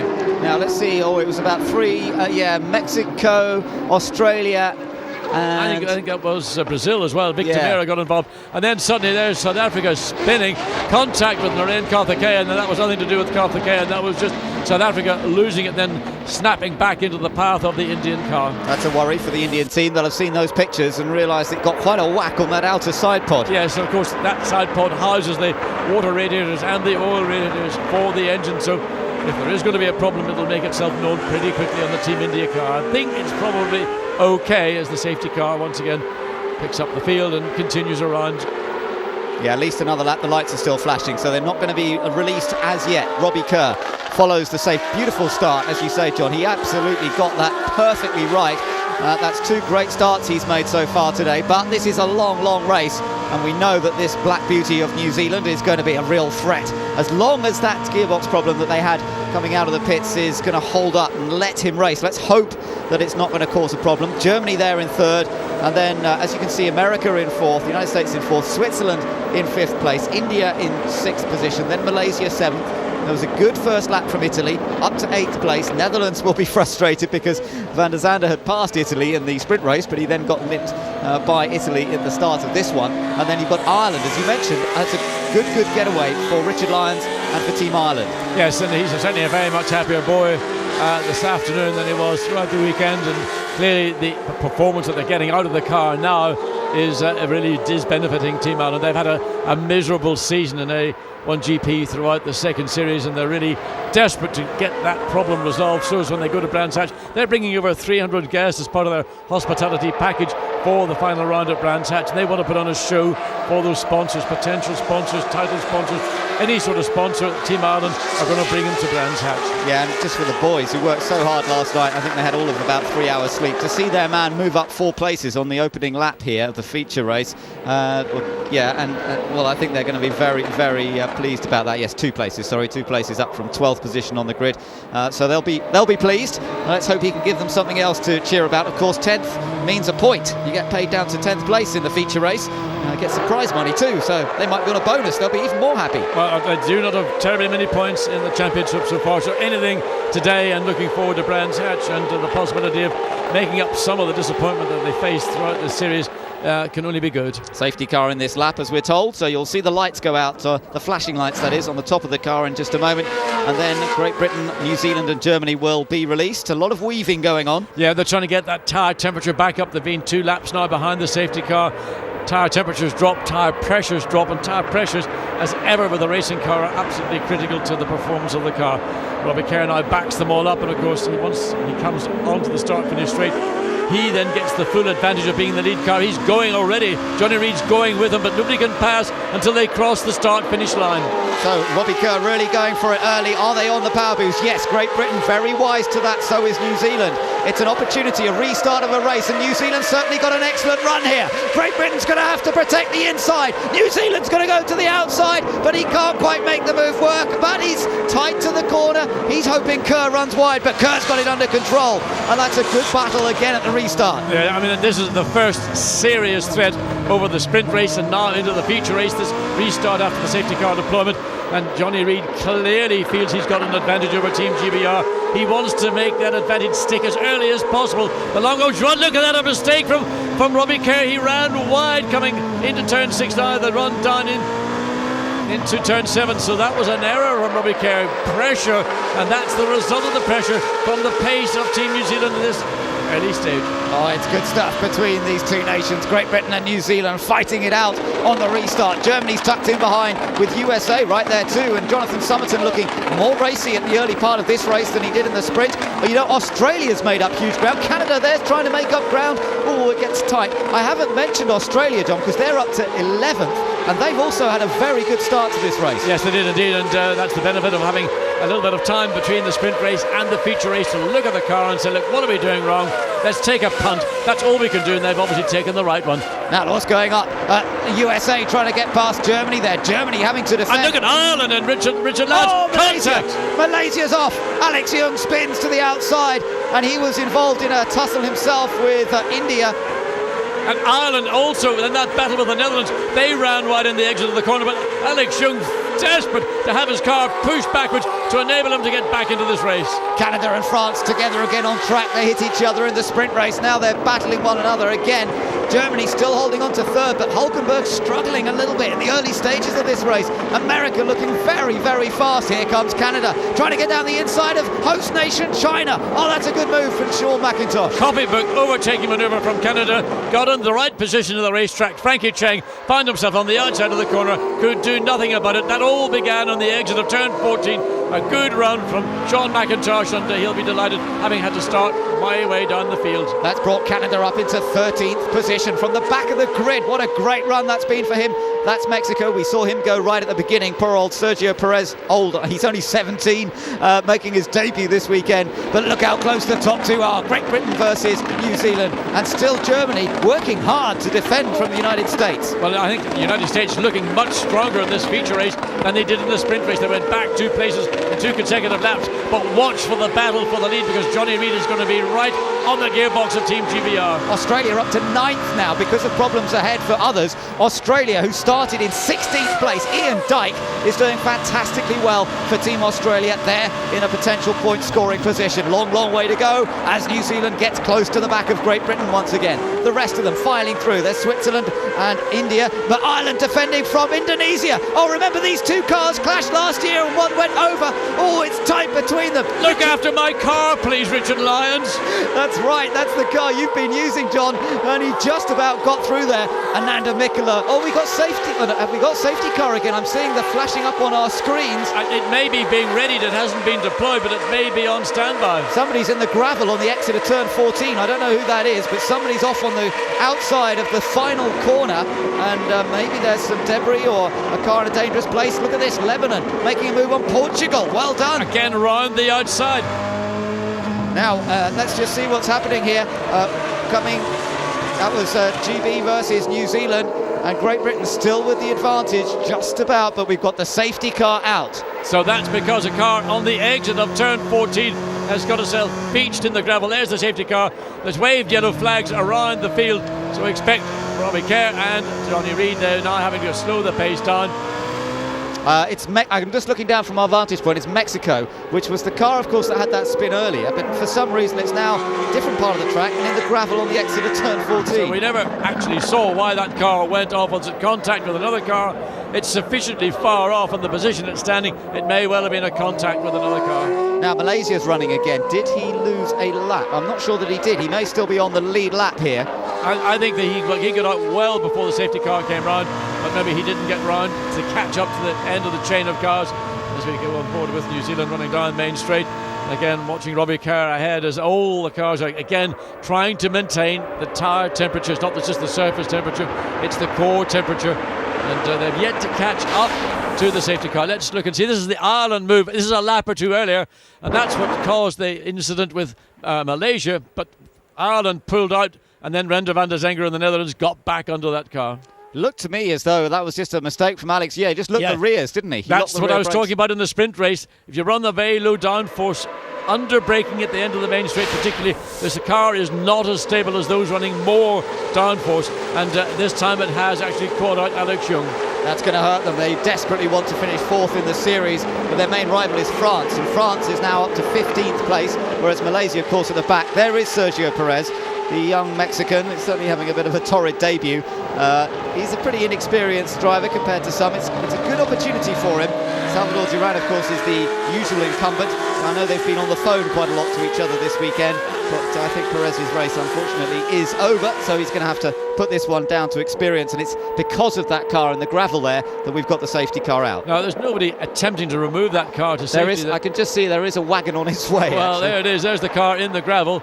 How Sergio Perez actually got it there, we're not quite clear, but he decided to vacate it pretty quickly. He walked back to the pits, and now we see the wagon coming to remove that car. It's going to be at least this lap and one more lap before we get this race back. We have two safety car deployments in the space of what we're on the 7th lap, so it's been a pretty busy time for safety car driver Scott Stringfellow. Well, as you say, it is a busy time, and Robbie Kerr has got time to just reflect on a restart there, where he was under a lot of pressure. He perhaps may change his tactics for the next restart. We'll have to wait and see about that. Now, as we know, the Mexican Sergio Perez has been in the wars. Let's hear from him. He's with Lee McKenzie.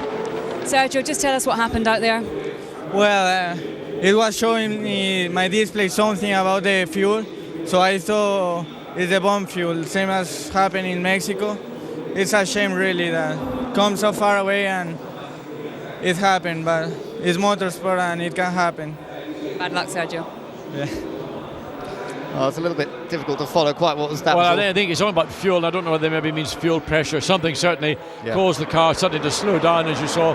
Cars following behind had to make a very abrupt move to the left, and Sergio Perez did the only thing available to him, which was to pull the car off as quickly as possible.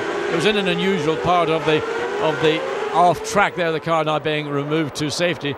So it may be, he says fuel, maybe fuel pressure, maybe something he didn't fully understand from the pits. So out for Mexico, and a huge disappointment for Sergio Perez. So top 10, let's just quickly recap. It's Great Britain leading from New Zealand, Germany, USA 4th, Switzerland 5th, India 6th, Italy 7th, Netherlands 8th, Australia 9th, and Ireland in 10th place. So of that top 10, it's certainly Australia that's made the most progress from their qualifying performance into, well, their sprint race finishing position, if you like, because he was 16th on the grid for this one, and he's now up to 9th. Just outside the top 10, then we've got Indonesia and the Czech Republic, Canada 13th, China now 14th. There you are looking at Frankie Cheng.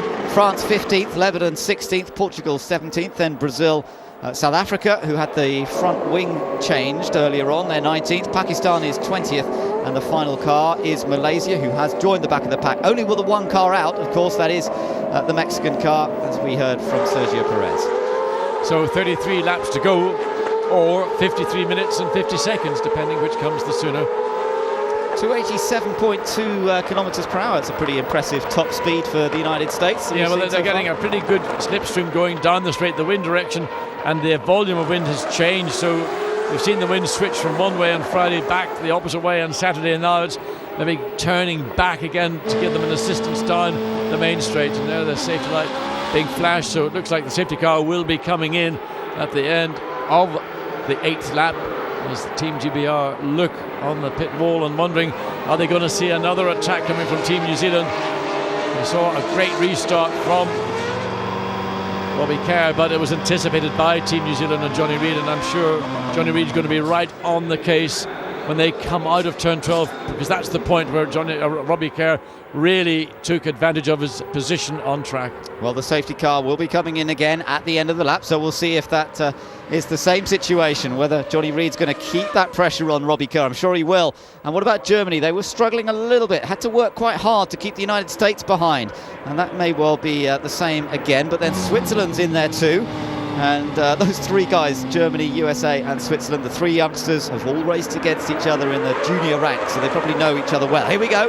Safety car is heading into the pits. Everyone else bunching up as they come down to the hairpin. And it's restart time here in Shanghai. And Kerr this time maybe has a little bit more of a gap over Johnny Reid as they restart this race. Great Britain ahead of New Zealand. Well, let's see if any of the top two are going to use power boost. They don't again. Reid slightly further behind, as you mentioned, coming down into turn 1, not able to put a challenge onto Team GBR, and Germany drawing a little bit further away from Team USA in 4th place. On board with Team New Zealand, you're running in 2nd place. He's looking for that little error from Robbie Kerr. Kerr did make a slight mistake on that last restart, but he looks tidy here. It was in turn 4 and 5. There's very sort of quick flick right, flick left, and that's where Robbie Kerr got it wrong. Offered up an opportunity for New Zealand. They weren't quite in position to take advantage of it, but it signalled the pressure coming from New Zealand. On board with Germany now, running in 3rd place, and he's staying with these top two this time.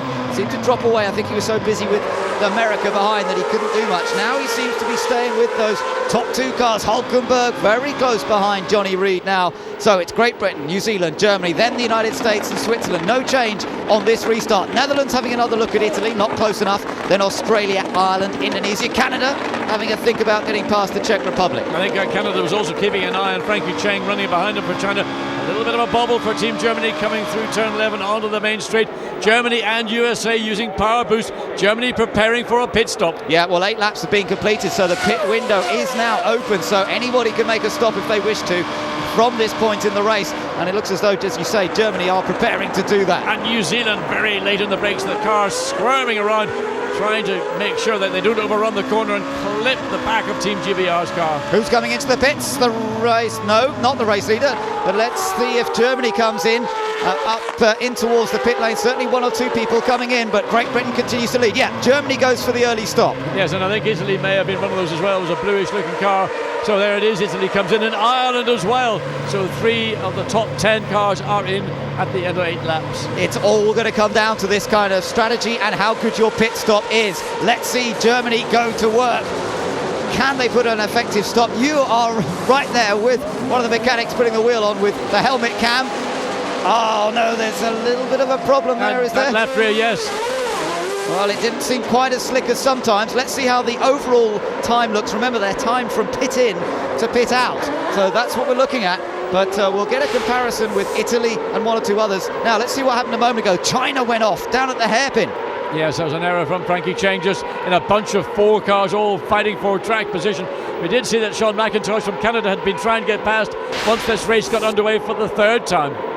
So all eyes on Team China's car from the point of view of the local fans. Did he have a major problem? Will he be okay? This is the gap first to second. You can see that Great Britain's eased it away a little bit as they've continued on around. Now we may see one or other of them coming into the pits on this lap. Let's wait and see what happens. Behind them in 3rd place, it's now the United States, courtesy of Germany's pit stop, and up to 4th now is Team Switzerland. Yeah, and there was a bit of use of power boost from Team GBR in India.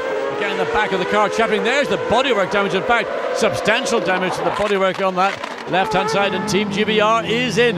So this will be the battle that will basically determine, in my view, who's going to be standing on the top of the podium and alongside in second and third. Interestingly, New Zealand have stayed out. New Zealand leads the race, Great Britain in, but of course Germany has stopped. Where will Great Britain come out relative to Germany? Well, it was approximately 33 seconds. We lost the tail end of the lap, or the time leaving the pit lane to go to that incident down at turn 12. So approximately 33 seconds from the point of coming into the pit lane to leaving it. So anything that Robbie Kerr and Team GBR does under that is to their advantage. But the reason New Zealand is staying out, I think, is to try and get as many quick laps as possible before they come in and make up ground that they felt they might have lost by running behind Team GBR. There is Germany as Robbie Kerr makes his way down pit lane. Kerr is going to get out well ahead of Team Germany, so it was a slower stop for Team Germany and a good stop for Great Britain. 35.8 seconds, matched by Team India.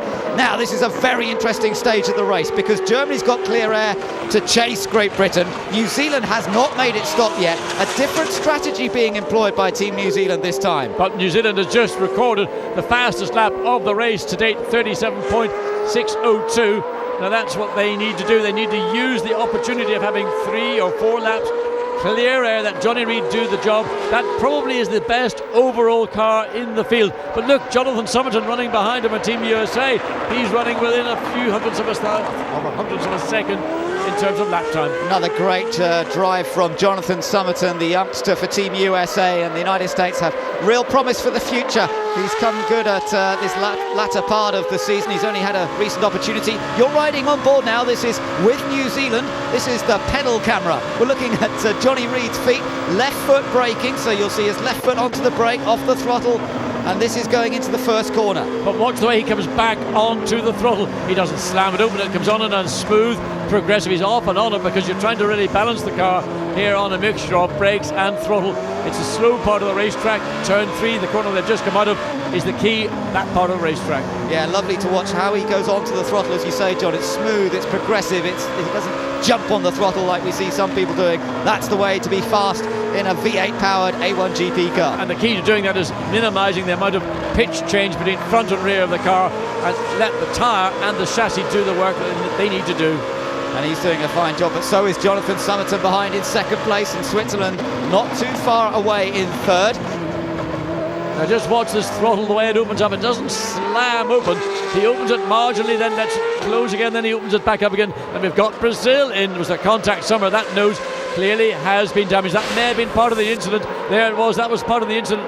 That's a lap again. That was another incident because we see the China car going through the corner and contact with Brazil, Vitor Meira, and that allows Malaysia to get through.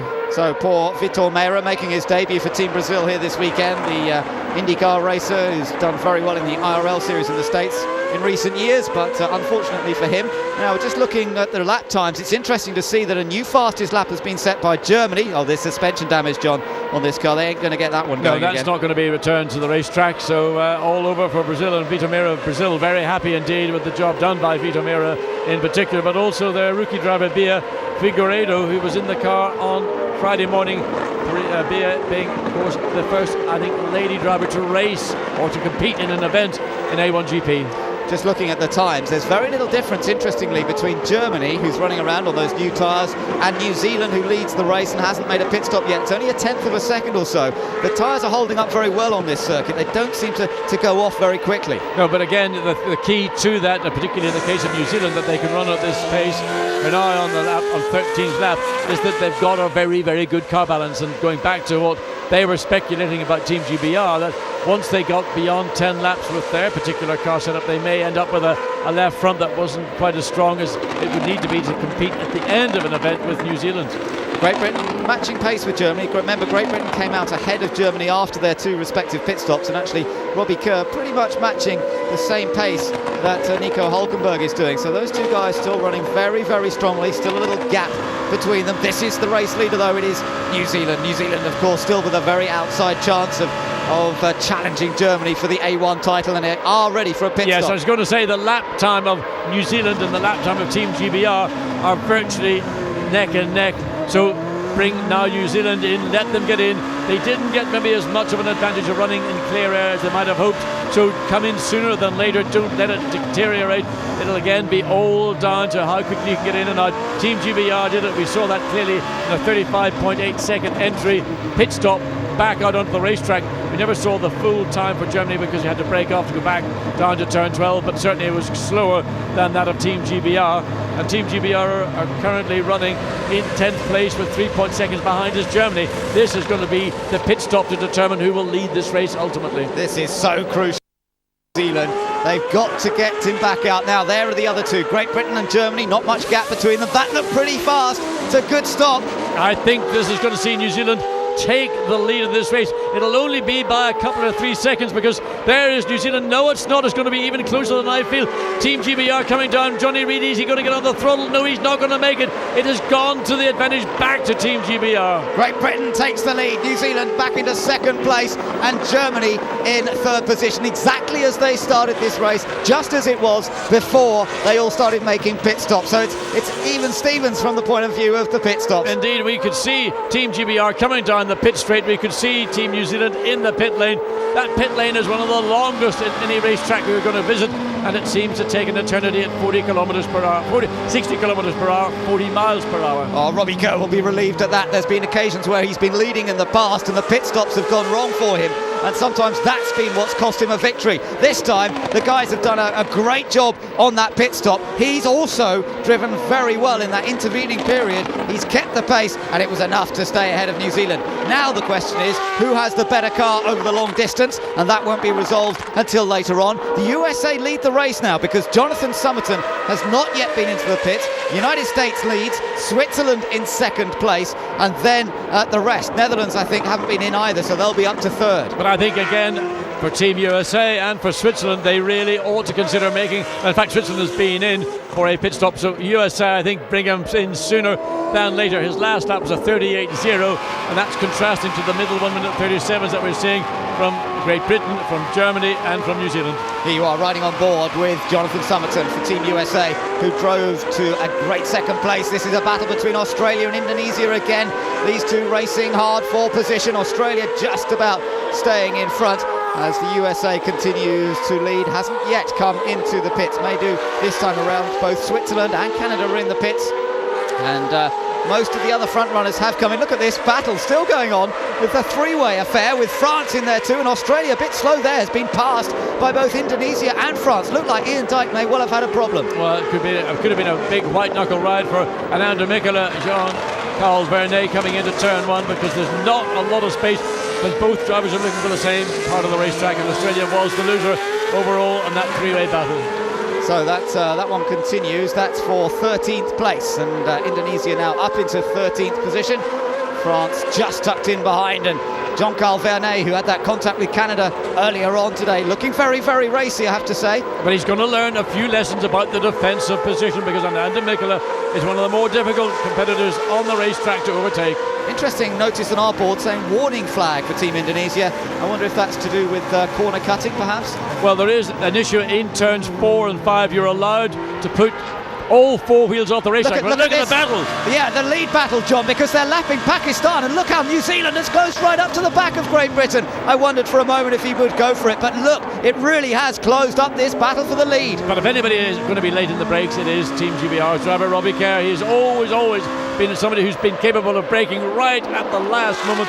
And of course, for Team New Zealand to try and go down the inside already well in the middle of the racetrack would have been very, very risky, to say the least. But look, again, under the rear wing, power boost from New Zealand, trying to get alongside. Can he get alongside GBR into turn one? He's side by side into the corner. Oh, this is a great race for the lead. They're still side by side. Robbie Kerr gets sideways on the turns, and New Zealand through. New Zealand takes the lead, and that was a great pass by Johnny Reid. Well, I mean, there you've seen proper motor racing, two drivers giving not a quarter, not an inch on the racetrack. It was the run off turn 14. Johnny Reid used power boost to full effect. He got alongside, he got on the inside. Now, Robbie Kerr and Team GBR were able to run alongside in the first part of turn one, but when they transferred into turn two, he was on the dirty part of the racetrack. He started the slide, and that gave Johnny Reid the corner fairly easily. Oh, Johnny Reid will have liked that move. Robbie Kerr just couldn't hold him. And you know, earlier in the season, we sometimes wondered whether Johnny could be quite as aggressive, particularly as this man, Nico Hülkenberg. Well, that was a good answer from Johnny. That was an aggressive, clean manoeuvre to take the lead of the race. And that is as good as it gets. You're never going to see many more overtaking attempts that work any better than that. Now the gap has opened up, and the advantage that Johnny Reid has is, I believe, that in the overall distance of this race, as we look at Team USA finally coming in, and this is at lap 16, that again, going back to how the different cars are set up, that the Team New Zealand cars look so good all weekend. It didn't prove to be the single fastest car on a lap in qualifying, but it's probably the quickest car overall when it comes to the duration of a 40-lap race. So Team Germany still in third place behind those two. USA now, of course, made their pit stop, so we'll see where they come out. There is Team USA just heading down the pit. That's been a great stop by USA. They've got the USA out ahead of Germany. Well, that is pretty sensational. Again, there was a benefit to stay out, particularly if you're in the lead, clear air, run your own laps, do your own thing. And Jonathan Somerton and the Team USA team have got it in, but more importantly, got him out ahead of Team Germany, and this is going to be difficult for Nico Hülkenberg because he didn't see how strong Jonathan Somerton was in Mexico when he chased Oliver Jarvis all the way to the checkered flag. There is a problem for Australia. That car's been sitting there quite a while, John. I've been looking down in pit lane. He's been there ages, and I don't know what the problem is, but Ian Dyke is effectively out of the running now. Well, they're all looking inside the cockpit wondering what that problem is as we look now at Germany, and you've got the Netherlands car directly behind. But what a great stop from Team USA to put themselves ahead of Germany. Pakistan, by the way, hasn't made his pit stop yet, so he's actually running fifth.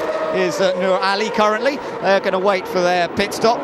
Australia finally on his way, but he's lost a lap in that. This was the move. Classic move. Robbie Kerr generously didn't try to block. He tried to go the long way around.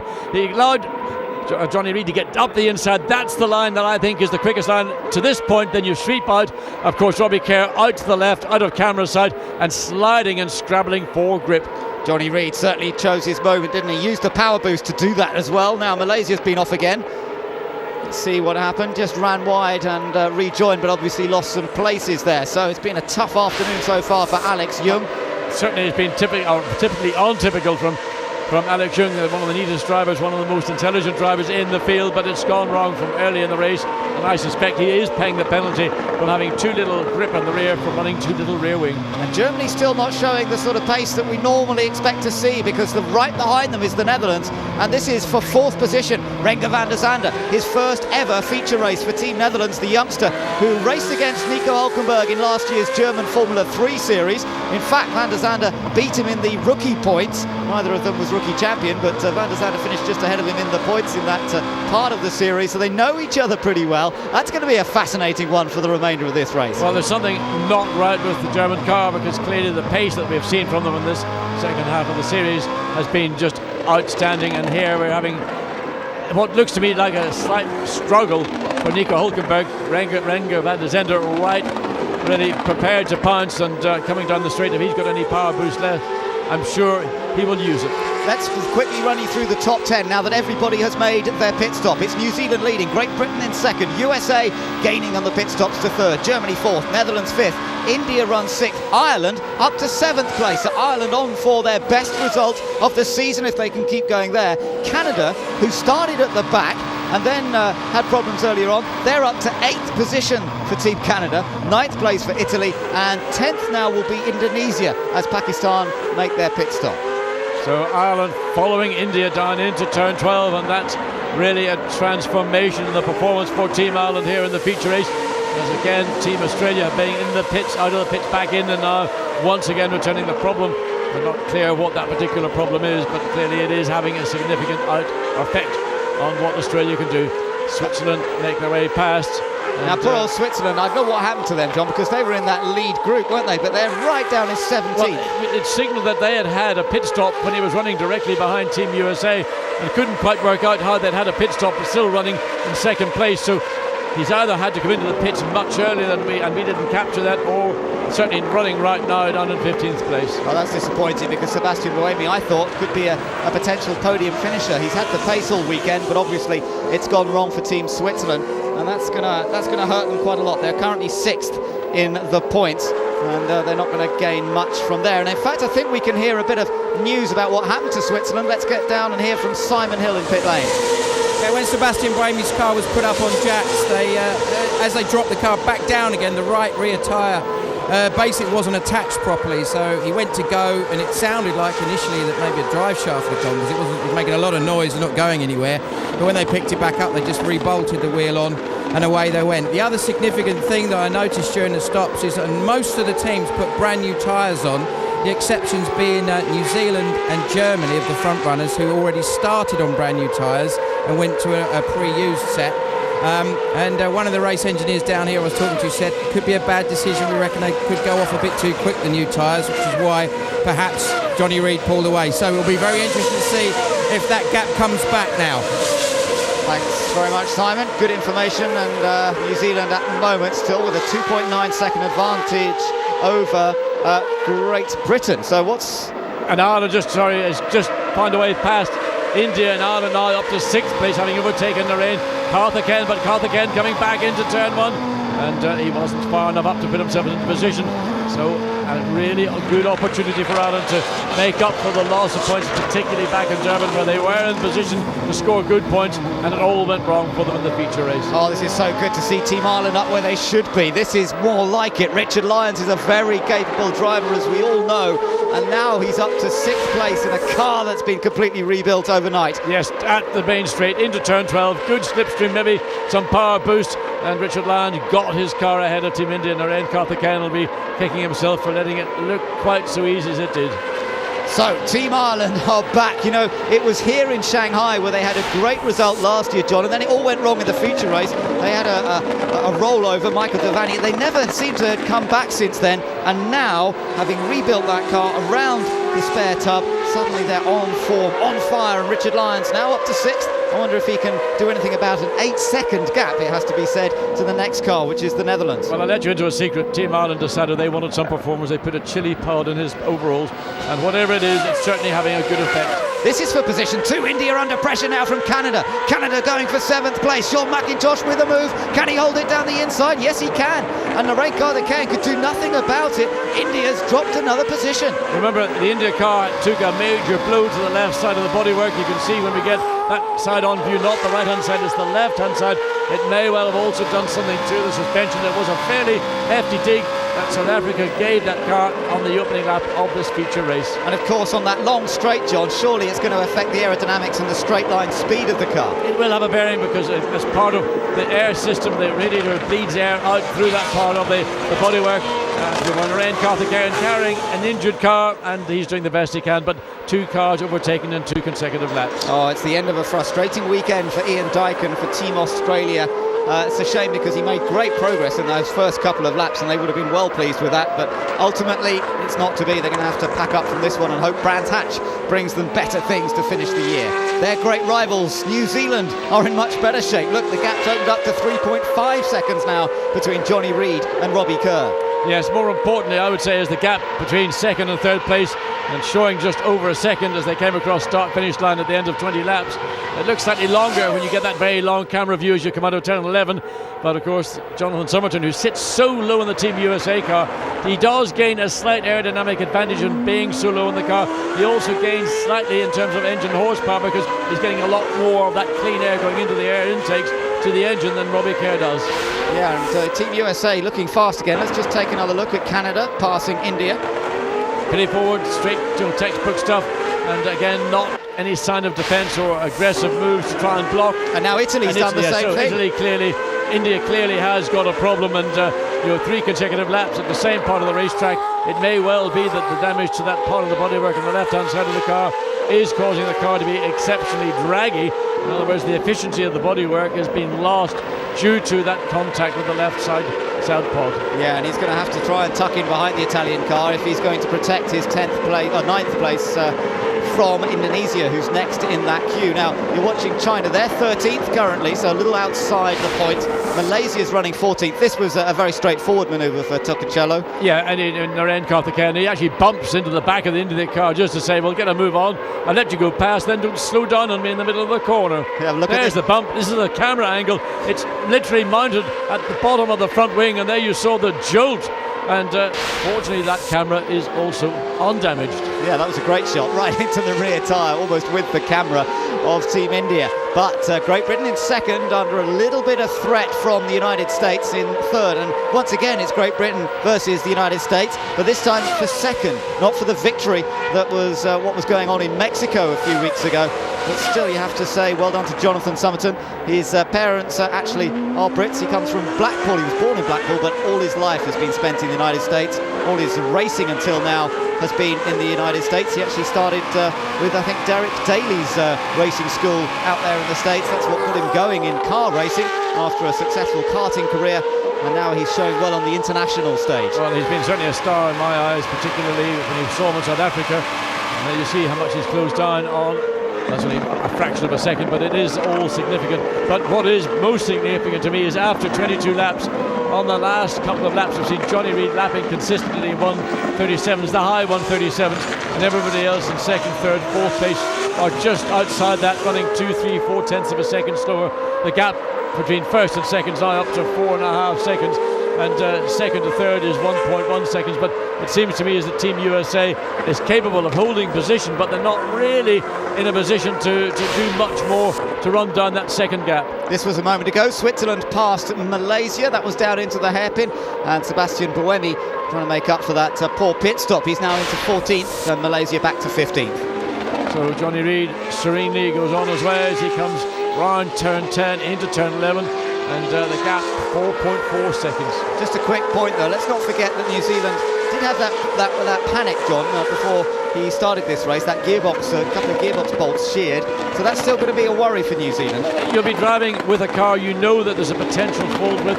You'll be feeling every little thing that goes on in a racing car. When you know there's a potential problem there, you'll be expecting it to come.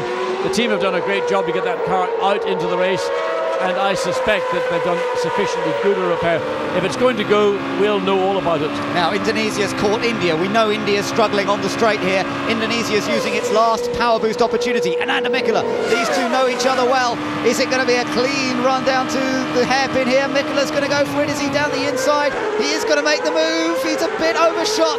Oh, and India loses another place. France! Now France is going to get past Indonesia. What a great bit of opportunistic driving, and look at Jean-Carl Vernet, very aggressive, making sure that Ananda Mikkola does not get the chance to come back, forcing Mikkola very wide. Now, we know that Ananda Mikkola is one of the toughest cars on the racetrack to overtake. Now coming back, trying to get alongside Team France, but hasn't got the position, and France has moved up one more position from 10th to 9th.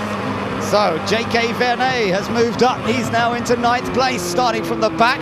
And both the cars that started right at the back, that was Canada and France, who had the contact earlier.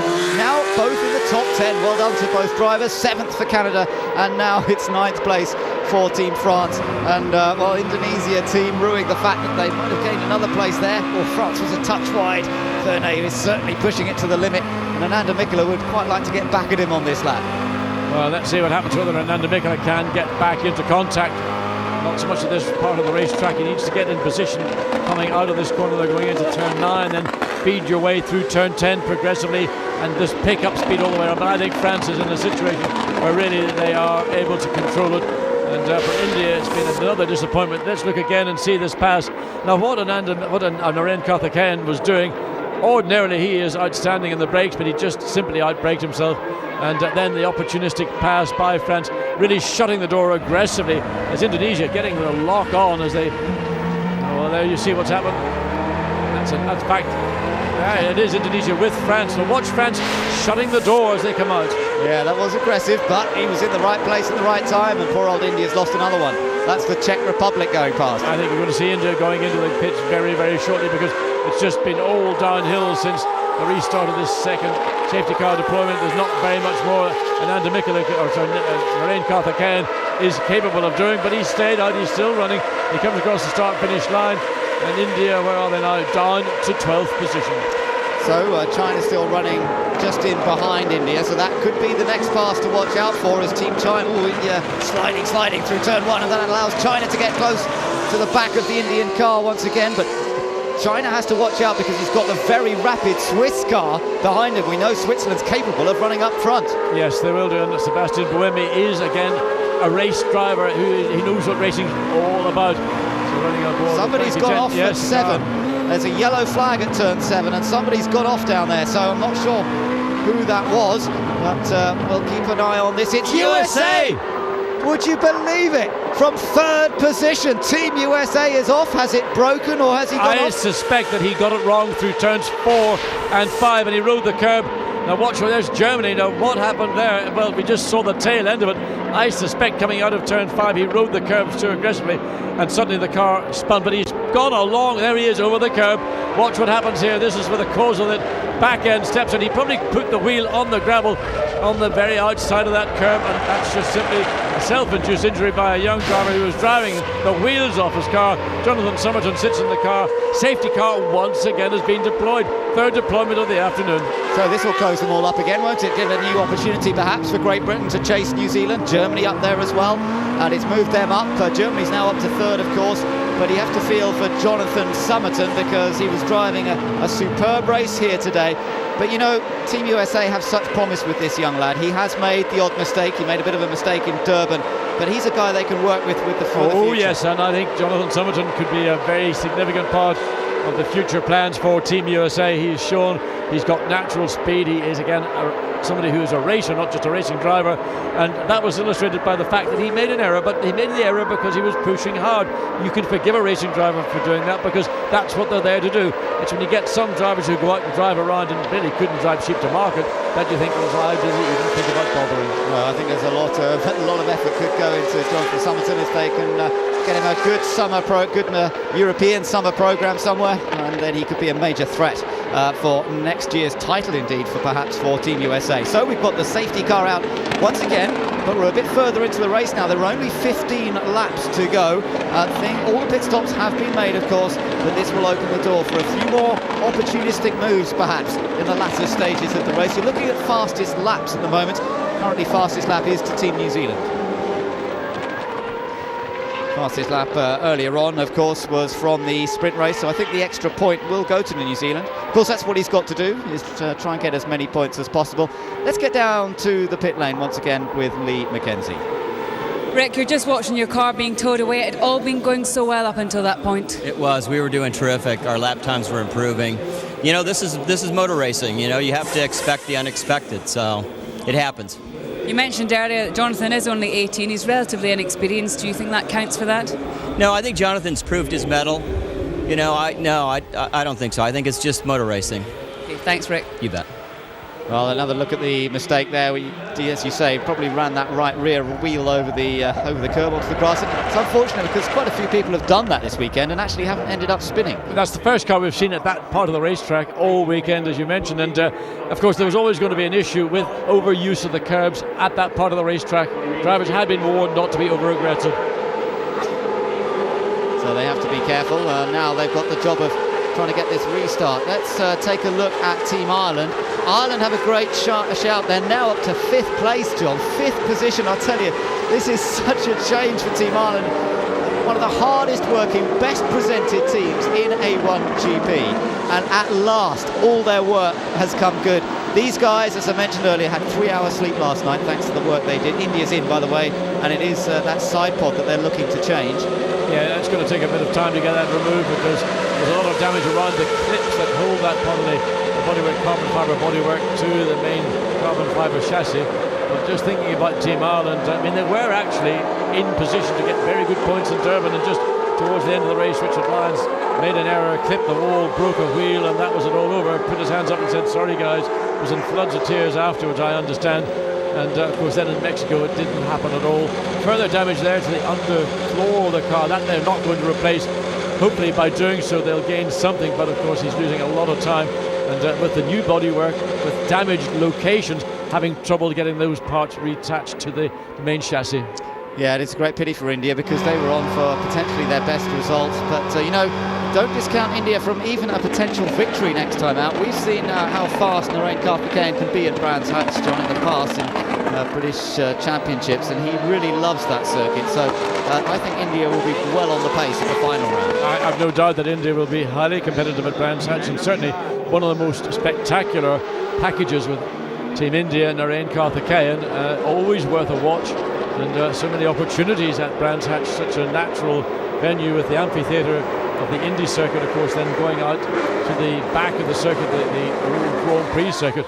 Still pretty much in its original configuration with some considerations to modern day safety requirements, but still a wonderful racetrack. Yeah, great place to watch. Now the lights are out on the safety car. It's coming back in. Can Robbie Kerr return the compliment to Johnny Reid and re-challenge for the lead? There's no doubt that the Black Beauty's been looking faster in this latter part of the race. They've had a great race setup all weekend. They were disappointed to lose pole. But we're going to have to see just what can happen here and whether Johnny Reid is going to make the restart. He's on it straight away. He's gone for it early. And everyone else up behind might get called out by this. Well, I think they anticipated it pretty much, but Johnny Reid certainly took full advantage coming into turn 12. Of course, remember, nobody can overtake until they go across the start-finish line, and he did actually slightly take advantage of that, and Team GBR really now under pressure once again as they come up into turn 1. This time it's GBR on the inside, Germany on the outside. Germany trying to make it all the way around the outside. All this is a brave attempt from Hulkenberg, but surely he's not going to make that work, and he's got to be careful because the Netherlands is right in there too, so he tucks back in, doesn't want to lose third place, but another challenge for Team Great Britain, which Robbie Kerr this time has fended off. Remember, Germany on target to win the title here. They're running third. They only need to finish ninth to wrap up the A1 Championship, but he's still going to watch out for Renger van der Zande there for Team Netherlands. Indeed, but just watching Robbie Kerr coming through turns 4 and 5, the car didn't look quite as good there. You see it again coming through turn 7 and into turn 8 out onto this shorter back straight. So clearly the balance of the Team GBR car not as good, certainly as New Zealand leading the race, and I think that Germany's probably got a slight advantage over Team GBR at this point. Big gap back between France and the Czech Republic. There was something going on as they all headed down to that hairpin for the restart. There was a lot of bunching, and it's meant that we've got a couple of different groups now. China in that second group. They're running in 11th place, I think, still. Behind them, we've now got Malaysia, the Swiss car still in there. Look at Johnny Reid really opening up the advantage for Team New Zealand. But Kerr has enough over Hulkenberg not to be under threat this time. Ireland playing a part now, joining in the fun and games. There is Richard Lyons, and he's now hopefully going to have a chance to challenge for 4th position. And the cars in that group running behind Germany. Oh, and Switzerland dives down the inside, takes position and contact with Indonesia. And China's on the grass. China, John, passed by 3 cars as Frankie Cheng ended up on the grass. Well, this is the second group of cars. They seem to miss the restart, and they really got bunched up together, and they're making a great spectacle. The crowd trying to see what's going on here, and they see that their man has dropped down. What's happened? They say, well, he did overshoot the hairpin. That's what went wrong. Meanwhile, Lebanon in a battle with Brazil here, which is an interesting one. And Alam Coder. Well, almost as a Brazilian-Lebanese against a Brazilian-Brazilian. Exactly. I was just thinking about Alam Coder, who's been brought up, spent all his life in Brazil, although he's of Lebanese heritage. He's now racing against a very experienced, very rapid Brazilian driver in Vitor Meira. So that's a fun one to watch. Portugal a bit further up, João Urbano. He's doing all right on his debut, had a bit of a problem earlier on. He's now running in 14th. This has all allowed South Africa to move back up the order a little bit. They had that damaged wing early on. They're now into 13th place. Watch Sebastian Buemi getting the slipstream of the Czech Republic. Pulls up. Can he get alongside? No, he decides he's not going to do it here. His strength is probably going to be getting a good run out of turn 11 and trying to put himself into position to pass Czech Republic as they go down into that hairpin at turn 12. Czech Republic runs quite high coming out of turn 10. Switzerland stays much, much slower. Who will gain the advantage? Well, we'll see as they get down to the end of the straight. Currently, Switzerland getting closer to the rear of the Czech Republic. This is for 9th place. This is for a points-paid position. Philippe Salaquada driving for the Czech Republic this weekend. Again, there's more battles further back. Salaquada very defensive into the hairpin. He's doing fine. He's much less experienced than some. China trying to come back down the inside. Can he make it? Oh, yes, he can. Gets back past Lebanon. Well, that was a pretty tense battle coming into turn 12. They were side by side and not blinking as to see. Look again. Look at Lebanon one way, back again the other way as they come into turn 14.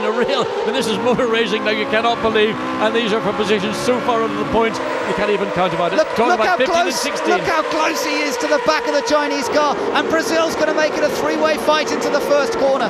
Lebanon really showing great form here this weekend. Alam Coder getting more used to the car. He's snipped up the inside. Oh, well done. Lebanon retakes the place. Stunning bit of motor racing from Alan Coder to do what he did, putting China under great pressure into turn one. I thought China had that corner all sewn up, but Frankie Cheng just ran that little bit wide, allowed Lebanon to get through on the inside. Vitor Meira from Brazil was thinking, which side am I going to go? Are these two cars going to take each other off? Well, they didn't. But look, China coming straight back through turn 6 and the little incline down into turn 7. Nothing you're going to do in 7. Not much you can do in 8. You can prepare for a run up into turn 9, but none of these 3 cars really are close enough. Great to see Lebanon really in the middle of a scrap and fighting one way then the other, and there's a lot of hope in the team that Alan Coder could be the man for the future. Invest a bit more time and money in him. He's certainly improved a lot in his few outings for the team this year. Well, China made an error going into turn 9. It's given Brazil the opportunity to try and again pick up the slipstream. Lebanon pulled away fractionally as they come onto this long straight. So Switzerland now in a comfortable 9th place, that is, ahead of the Czech Republic, then still followed by Indonesia. Now Indonesia, frustratingly for them, just outside the points. Mikola will try and address that. Here we are again with Lebanon, China and Brazil. And this time there isn't a move from China. He wasn't close enough. And we're on board now with Vitor Meira, a man who's more used to going around the ovals in the United States in recent years, but he's got a lot of road racing experience from Brazil and from Europe as well. Hopefully he's enjoying the scrap. He's used to running a bit further up the grid though. Yeah, I mean, it's one thing running in high-speed ovals. You sit there flat out, floor to the pedal to the metal, as they say. But here on a proper racetrack, and believe me, this Shanghai racetrack is an outstanding racetrack for any kind of motor car, and no doubt he's so rediscovering why he wanted to be a racing driver. 10 laps to go, or 13 minutes, depending which comes first. So it's going to be close to being a timed race rather than a lap distance race. And that's, of course, because we've had the safety car out several times. Vitor Meira once again gathers breath as that battle between China and just ahead. China looking to see whether they can get back at that battle that they've been enjoying over the last few laps with Lebanon. Well, it's a good fun race, this, all the way through the field. There's something going on, and national honour at stake wherever you want to care to look. Lebanon are not in the points yet, but still racing hard, and that's what we like to see. Now, we mentioned South Africa had moved up after their initial problem. Now, they're really pressurising Malaysia here. Malaysia currently running in 12th place, but Alan van der Merwe with a shot here, perhaps of getting past, both on the power boost. Malaysia's going to take the inside, right, says van der Merwe. I'm going to go down the outside, see what you can do about it. Oh, who's it going to be? Malaysia, just hold on. You can't go around the outside in turn 12, but you can try to make the switch back on the exit out of it up into turn 14. But Alex Young once again uses that skill, that brain that he's got to put his car on the part of the racetrack. And Alan van der Merwe for South Africa really wants. Van der Merwe's got the speed again out of turn 14.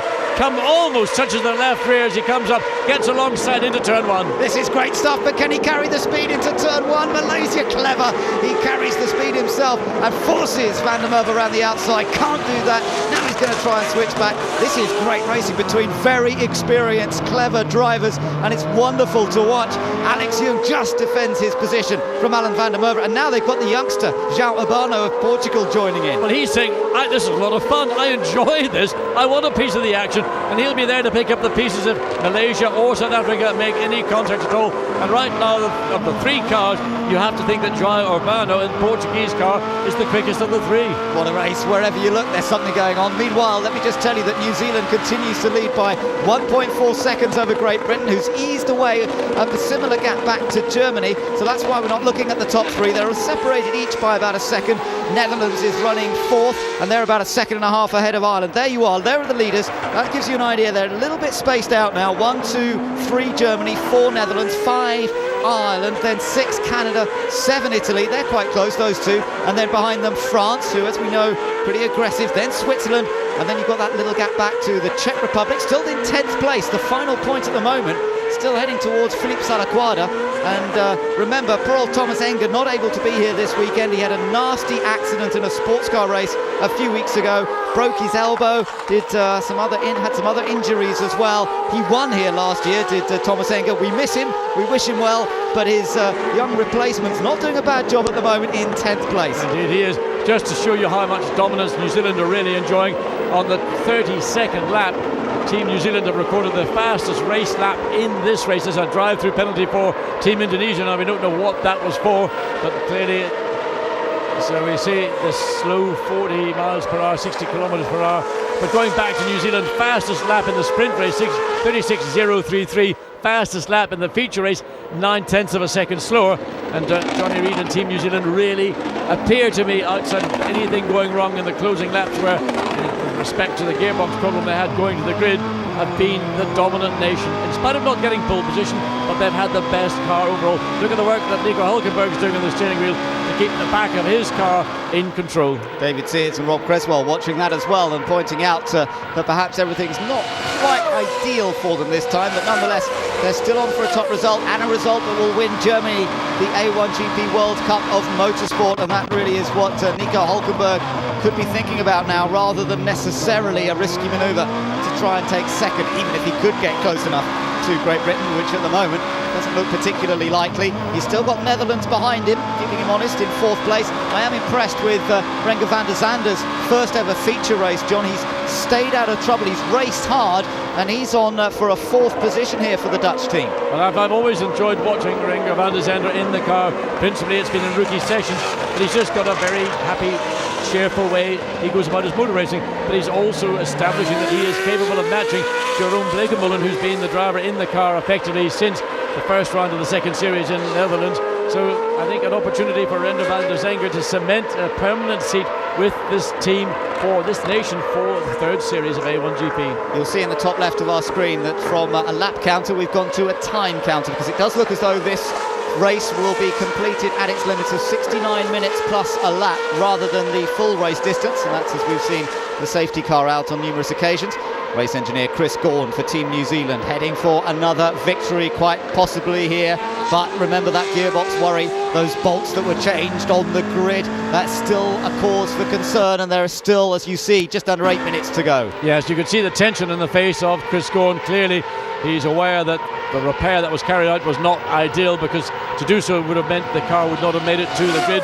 So they've done the best they can. It currently has been sufficiently good, and hopefully that's how it will stay. And the advantage over Team GBR is 2.1 seconds. And Germany running a further 1.1 seconds behind Team GBR. But the top 5, in fact, are covered by 7.5 seconds.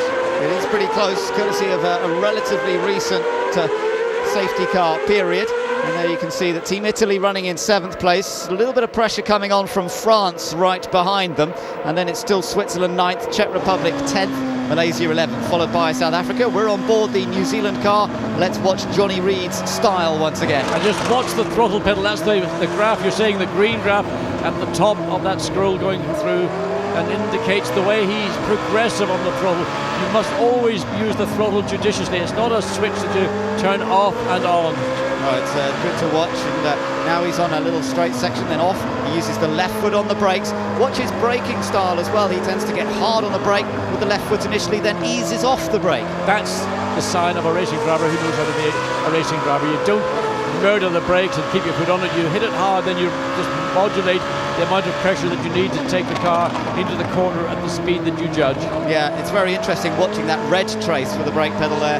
You won't see it now for a little while because he's coming onto the straight. It's all about throttle here, and it's a long time on full throttle. Well, it takes a long time also for him to get to full throttle, and that's because the exit of turn 10 into turn 11 is quite difficult to get the power down.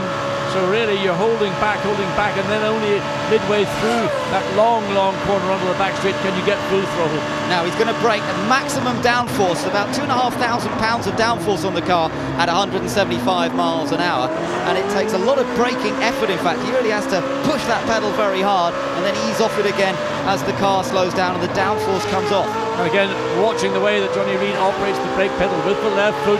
Not everybody here today will be a left foot braker. It's the younger drivers, particularly those that have come through karting, that do it naturally. I spoke to Narain Karthikeyan. He had to learn how to left foot brake. He now left foot brakes all the time. But if you've got to be conscious about doing it, then just stick to braking with your right foot. So that was a masterclass from Johnny Reid there of New Zealand. Great fun to watch, and another opportunity to see just how much thought and effort goes into the driving of these cars. But still a battle for second place potentially between Great Britain and Germany. Actually, Germany's dropped back a bit over the last lap. 4th place for Netherlands, and then in 5th place Ireland. 6th place for Canada.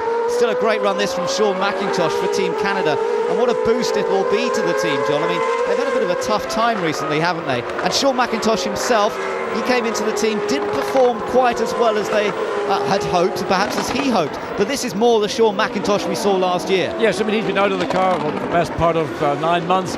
It is no easy job to step back into a car that you left that length of time ago. He's gone off and driven different forms of single-seater racing with different levels of downforce, braking, horsepower, and the adaptation or the readaptation back into an A1GP car. It does take time. There's not a great deal of running over a weekend, particularly if you're not considered a rookie, and Sean McIntosh is not a rookie by any means. No, he's not. Richard Lyons we're looking at here, of course, for Team Ireland as well. An excellent 5th place. Look at the smiles. Let's just hope it stays that way. John Booth there, by the way, who's guesting as race engineer for the weekend. Gary Anderson not here. John Booth, of course, runs a very, very successful team himself in Formula 3, and they've enjoyed having his input, and I'm sure that part of that was important. P1 for Team New Zealand, and there's only 4 minutes plus a lap to go. That's what the T4 plus 1 meant, 4 minutes plus a lap. So Johnny Reid comes through turn 2 and a little elk up as he gets to the exit of that corner, then drops down the gap up again to 2.5 seconds.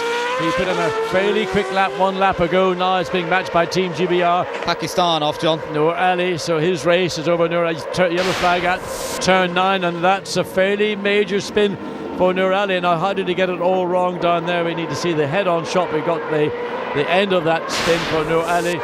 So he gets the car, he rotates the car, and that was done. Actually, it was coming out of turn 6.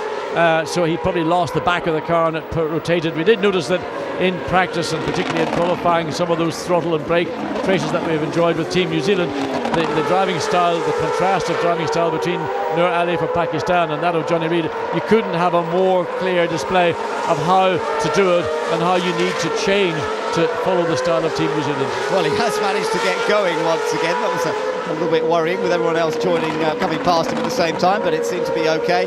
South Africa nips past, still in 12th place.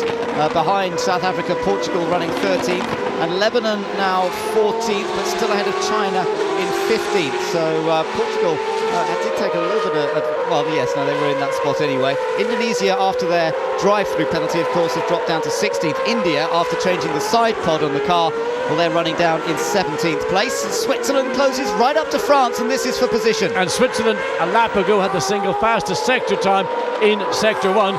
So Sebastian Buemi, in spite of that setback when he lost so much time on his pit stop, is clearly keen to do the best job he can for his nation.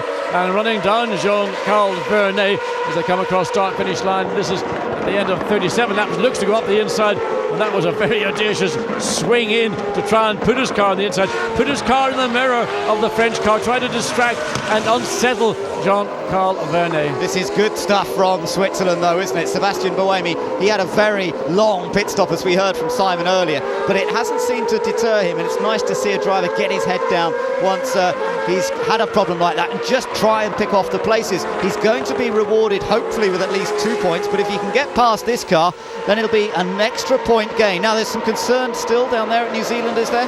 Yes, it looks to me as if there's a bit of agitation. Well, that was maybe just in preparation for the car coming in. We've got 1 minute and 20 seconds remaining.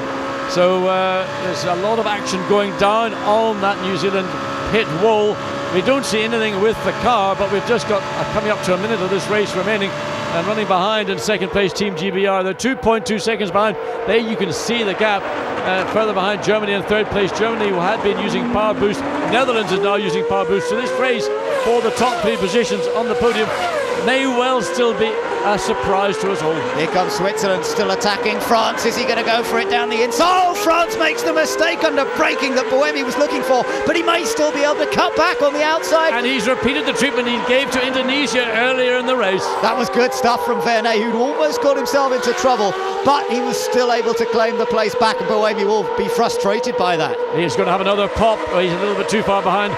Coming up into turn 1, but this battle between France and Switzerland in the closing moments, literally, it's almost now closing seconds of this race, is going on with the same level of intensity as it ever has. So there's a lap and a bit to do now because the clock is ticking away, and once it goes to 0, there's still 1 more lap to run for New Zealand. Every moment is a worry. That was a 1:38 last time around from New Zealand, and a slight loss of time to Great Britain, but they still have a pretty good margin of 1.5 seconds. So New Zealand still race leader. Great Britain still in second place, Germany in third position. And let's look at this battle. Look, Sebastian Buemi sliding, almost dirt-tracking the Swiss car around, having taken that position momentarily, only for Jean-Carl Vernet once again, very intelligently, to take advantage of an error. We assumed he'd lost the place quite simply because under braking he got sideways, and there he was, back ahead of Switzerland. So race leader is New Zealand now. The clock has stopped. That means when he comes around this time, he'll go on to the final lap. It has been staying slightly, so it's 69 minutes plus the lap. So we'll expect to see the last lap board being given to Johnny Reid no, it is in fact the checkered flag. Straight off, the checkered flag comes out, and Johnny Reid wins for New Zealand in Shanghai. Second place goes to Great Britain, and third place and the title goes to Germany. Nico Hulkenberg has done enough to win the A1GP World Cup of Motorsport. Team Netherlands finishes fourth, Ireland finished fifth. Well, a fantastic result for Team Germany. Nico Hulkenberg has done the bulk of the driving, and there you see the obvious joy with the German team. And third place, he's not going to be satisfied with that, but he came here to tie that championship up. Great drive from Johnny Reid to win, and consolidation for Robbie Kerr, Team GBR. He just didn't have the pace when it counted over the longer distance to challenge back, to get that position back from this car, Team New Zealand and Johnny Reid.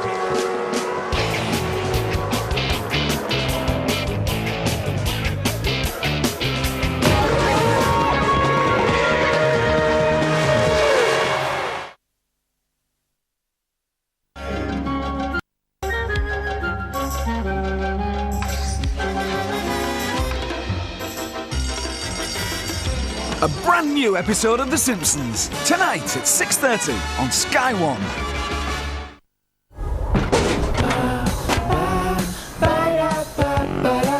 T-Mobile believes everyone has the right to the whole internet on their phone.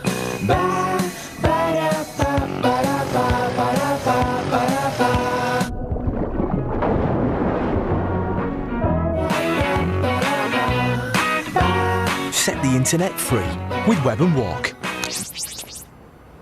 Come in store to see how.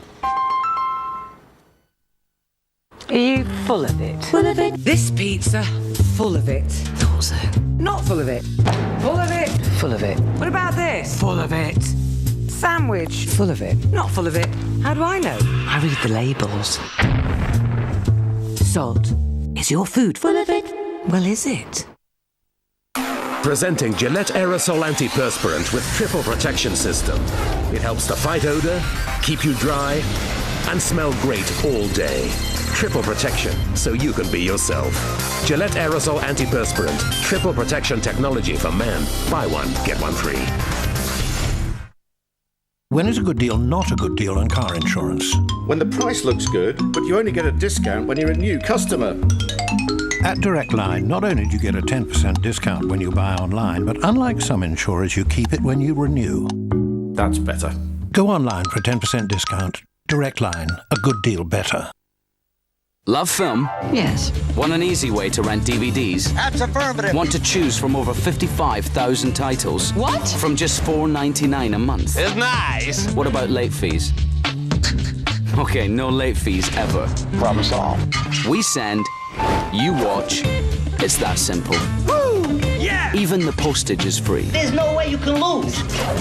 For your 2-week free trial, go to lovefilm.com. Conservatories are the place to unwind in. But for total relaxation, you need the Leisurely Lounger.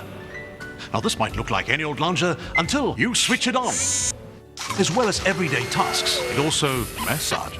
And it's so relaxing, uplifting. So, Rachel, how was it for you? Where's she going? For an ingenious invention that really does work, try Pilkington Active Self-Cleaning Glass. Michael, what will you be now you're retired? Maybe a gardener? And he don't know about XTC. ABC12D. I guess I'll stick to driving. Ain't in any of his categories.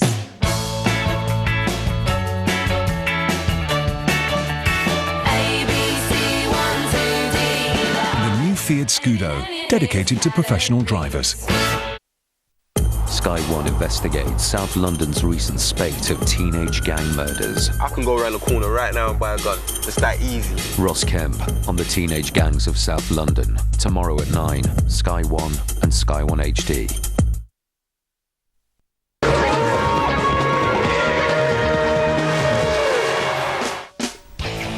Welcome back to Shanghai, China. What an incredible race day. New Zealand needed to pull out the stops today. They did that, but what they couldn't do was prevent Germany finishing well up the order. In the end, claiming the title by doing so. Confirmation then of how things ended in Shanghai, China. Johnny Reid taking that top spot. Team GBR with that race win and second place podium in China. And 3, Germany, the series champions. Let's just reflect on that feature race then with Tony Jardine with me in the studio. In the end though, Tony, Germany on top. Well, fabulous race, and I mean Black Beauty did so well with New Zealand there, but both those horses are from the same stable. Germany and New Zealand. David Sears Motorsport, what a wonderful job they've done technically, what a wonderful job both those drivers have done. And even Hulkenberg, when he said, okay, he was told by Willy Weber, the team boss and Schumacher's ex-manager, just cool it, do whatever you have to. He was still aggressive. Even after, you know, the safety cars, he was still having a go at Robbie Kerr. He went round the outside of him. But Germany have now taken that world title from France, and it didn't do it in the dominant way that France did last season. It's been a great battle this year. And this race here in China, I think the sprint race and the feature race, there's been overtaking all the way down through the field. Everybody has done a wonderful job, and it's been very, very enjoyable. And the main challenges to Team Germany all the way throughout this race day in China were, of course, Team GBR and Team New Zealand. A great start from Robbie Kerr. No, it was a wonderful start because he kept it all together, not too much wheel spin. He just got the right amount of grip, and you see already Reid is saying, well, I'm going to slot in behind you. Well, behind that, you've got young Malaysia. He got boxed in and dropped down a place, and Switzerland lost a place. They got through cleanly, or we thought that they had, but in the middle of the field there towards the back, you've got Ian Dyke going off, and there's a spin there from Perez in the Mexico car. And after that, look, Alan van der Merwe from South Africa loses it on his gun and bashes into the side of Narain Karthikeyan, the Indian car, and that was to cause Karthikeyan problems, dropping right back down the field and eventually having to pit stop with damage to his side pod. That's a great pity. Yeah, we talk about these 3 teams that contested it right the way throughout the course of the weekend. What about the restart after the safety car came out? Because Robbie Kerr had a real job in his hands to fend off the challenge of Johnny Reid. Yeah, he hadn't anticipated enough getting the speed on the straight when he really needed to, and he was too busy tucked on the inside. Meanwhile, Reid had really given a big power boost button on his dashboard, a big long press to try and get alongside. Somehow, and this is what Robbie is great at doing, he hung on. Look at the ragged nature of Team GBR there. He was just hanging on to the car. But he hung on in there and he got second place in the end. So often the pits have been a huge problem for teams throughout this championship. Not so today. And let's just take you through this, because Germany pitted early, GBR a lap or so later, New Zealand staying out. How much was that a factor in the end? Well, it's always a big factor in these races, but the pit stop crews have got better and better. The way has been led by Ireland, actually. They've been the fastest and the second fastest, and Team Germany here did really well. Remember, the 8-man crew have to stay behind the line until the car is actually stationary and the clock doesn't stop until they get out. Now, we thought that was quite quick in 38 seconds for Germany. Then in came Team GBR, and Robbie Kerr sitting there patiently, Lollipop Man holding, just 8-2 at the front, and he does it an amazing 35.8 when the clock stops at the end. New Zealand went out for some clear air, stayed there and got set some fastest laps who were doing it, which was a great tactic by Sears Motorsport. And then they got out in an amazing time as well, 36.5, but UK was fastest, which meant that Robbie got back out in front there at that point, in front of New Zealand anyway. Then though, New Zealand made their move after they resumed their race order. Let's just show you how it happened. How impressive was this? Oh, I mean, well, this was superb. Nur Ali there, your favourite, there he was in the way and just getting politely out of the way. But this was tremendous, right down the inside, because New Zealand were having a real good go, and he didn't quite do it there. Waited till the straight, perfect drafting. But I have to say that Robbie was really quite kind to them. He just stuck to his line. Look at that big slide that Robbie got on. The ever non-ending turn 1 as you go down into the pit of the stomach of turn 2 and try and hang on. There's no way he's going to do it. And there's Reid taking his 3rd victory of the year. Wonderful after his double Indonesia. Well deserved. And 2nd place. It's good consolation, I presume, isn't it? Bearing in mind the fact that he was trying so hard here to mount a serious challenge to Team Germany. In the end, he couldn't quite do it, but great consolation that he at least wins the race. Fabulous consolation. But where it all went wrong was in Mexico, because they got that 12th place when the car wasn't handling, and then they only got the 6th place in the feature. They didn't get enough points. They didn't capitalise while Hulkenberg was away. But having said that, as I said, the 2 horses from the same stable, Black Beauty, the New Zealand car, and Germany, and they've both been superb. And New Zealand car did it with a crippled rear gearbox with the studs that had come out, and they fixed that on the line. Nico Hulkenberg has been so dominant, hasn't he, throughout this series? Has Willy Webber unearthed a new German talent in him? He has. He is a talent. He's in the F3 Euro Series. He missed Mexico because he was away testing his Formula 3 car. He is very talented. Whether he's quite a Michael Schumacher, the jury will be out for quite a while, because there's a lot of other drivers like Renger van der Zende, who's also in the F3 Euro Series, who Jean-Carl Vernet is also in the Euro F3 Series. Let's how they get on together. How much, though, did they deserve this win, Germany? They've been so dominant throughout the course of the championship, and we've seen the team really bond, haven't we, over the course of this season? Yeah, and you look at some great drives up on the grid there. Look and Reid at the middle, but I think Germany, and you're just seeing on the right, there he is. There's Nico showering his stablemate with the champagne. I think his best race was in Malaysia. Hulkenberg in the wet, in the feature race, he won by 38 seconds. He demonstrated incredible car control. Apart from his doubles down under in New Zealand, in Australia, and the win in South Africa, then he was dominant. But it was a combination of a fantastic car, a great young driver who's fearless, who's got all the sort of credentials required for the future in sport. And there he is. You know, you are potentially looking at a new young champion who's going to come through.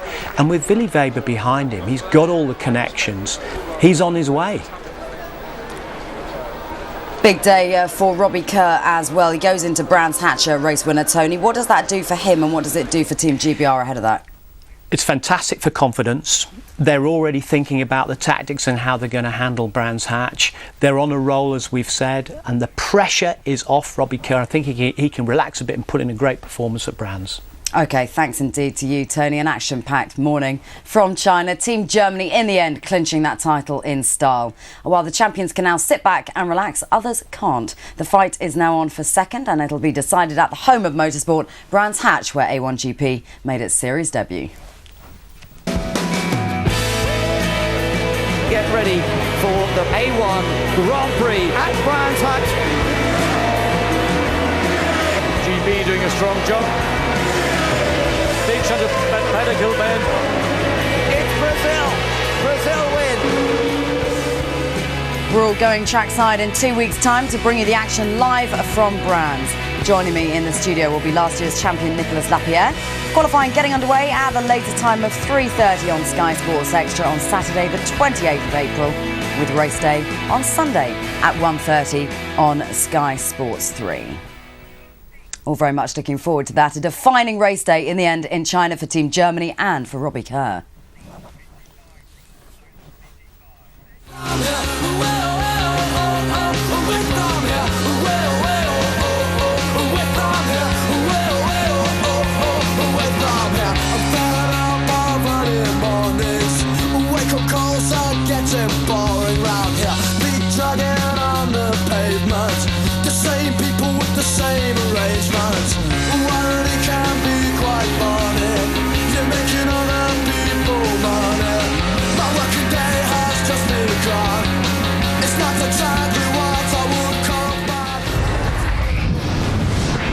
More sport, news and views at skysports.com. Verge of top 10 status, Andy Murray is living the dream. Now the clay courts of Europe beckon where Nadal is king.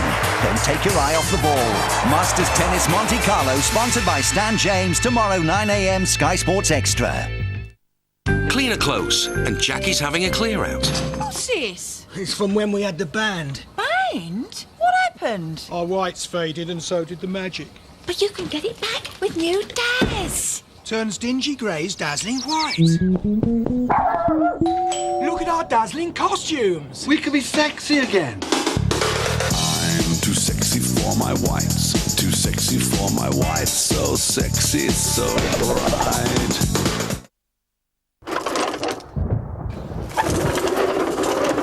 It's fair to say that at times, life isn't always fun and games. You keep trying and trying, but sometimes keeping on top of everything, especially your finances, can become a bit of a nightmare. Ocean could give you the power to cut your bills down to size and get what you want through a loan or remortgage. In almost any circumstances. Over the last 15 years, we've already helped more than 200,000 homeowners raise money for virtually any purpose. So, whether it's consolidating your debts, transforming your home, or buying a car, talk to us free on 0800 858 858 or apply online at oceanfinance.co.uk. Make the most of life with Ocean. A government accountable to no one. I didn't do whatever they said I did. Now they crossed the wrong man. Shooter.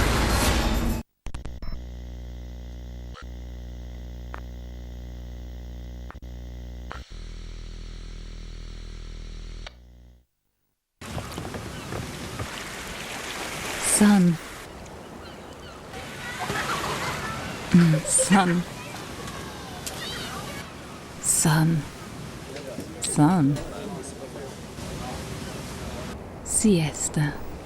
Smile, you're in Spain.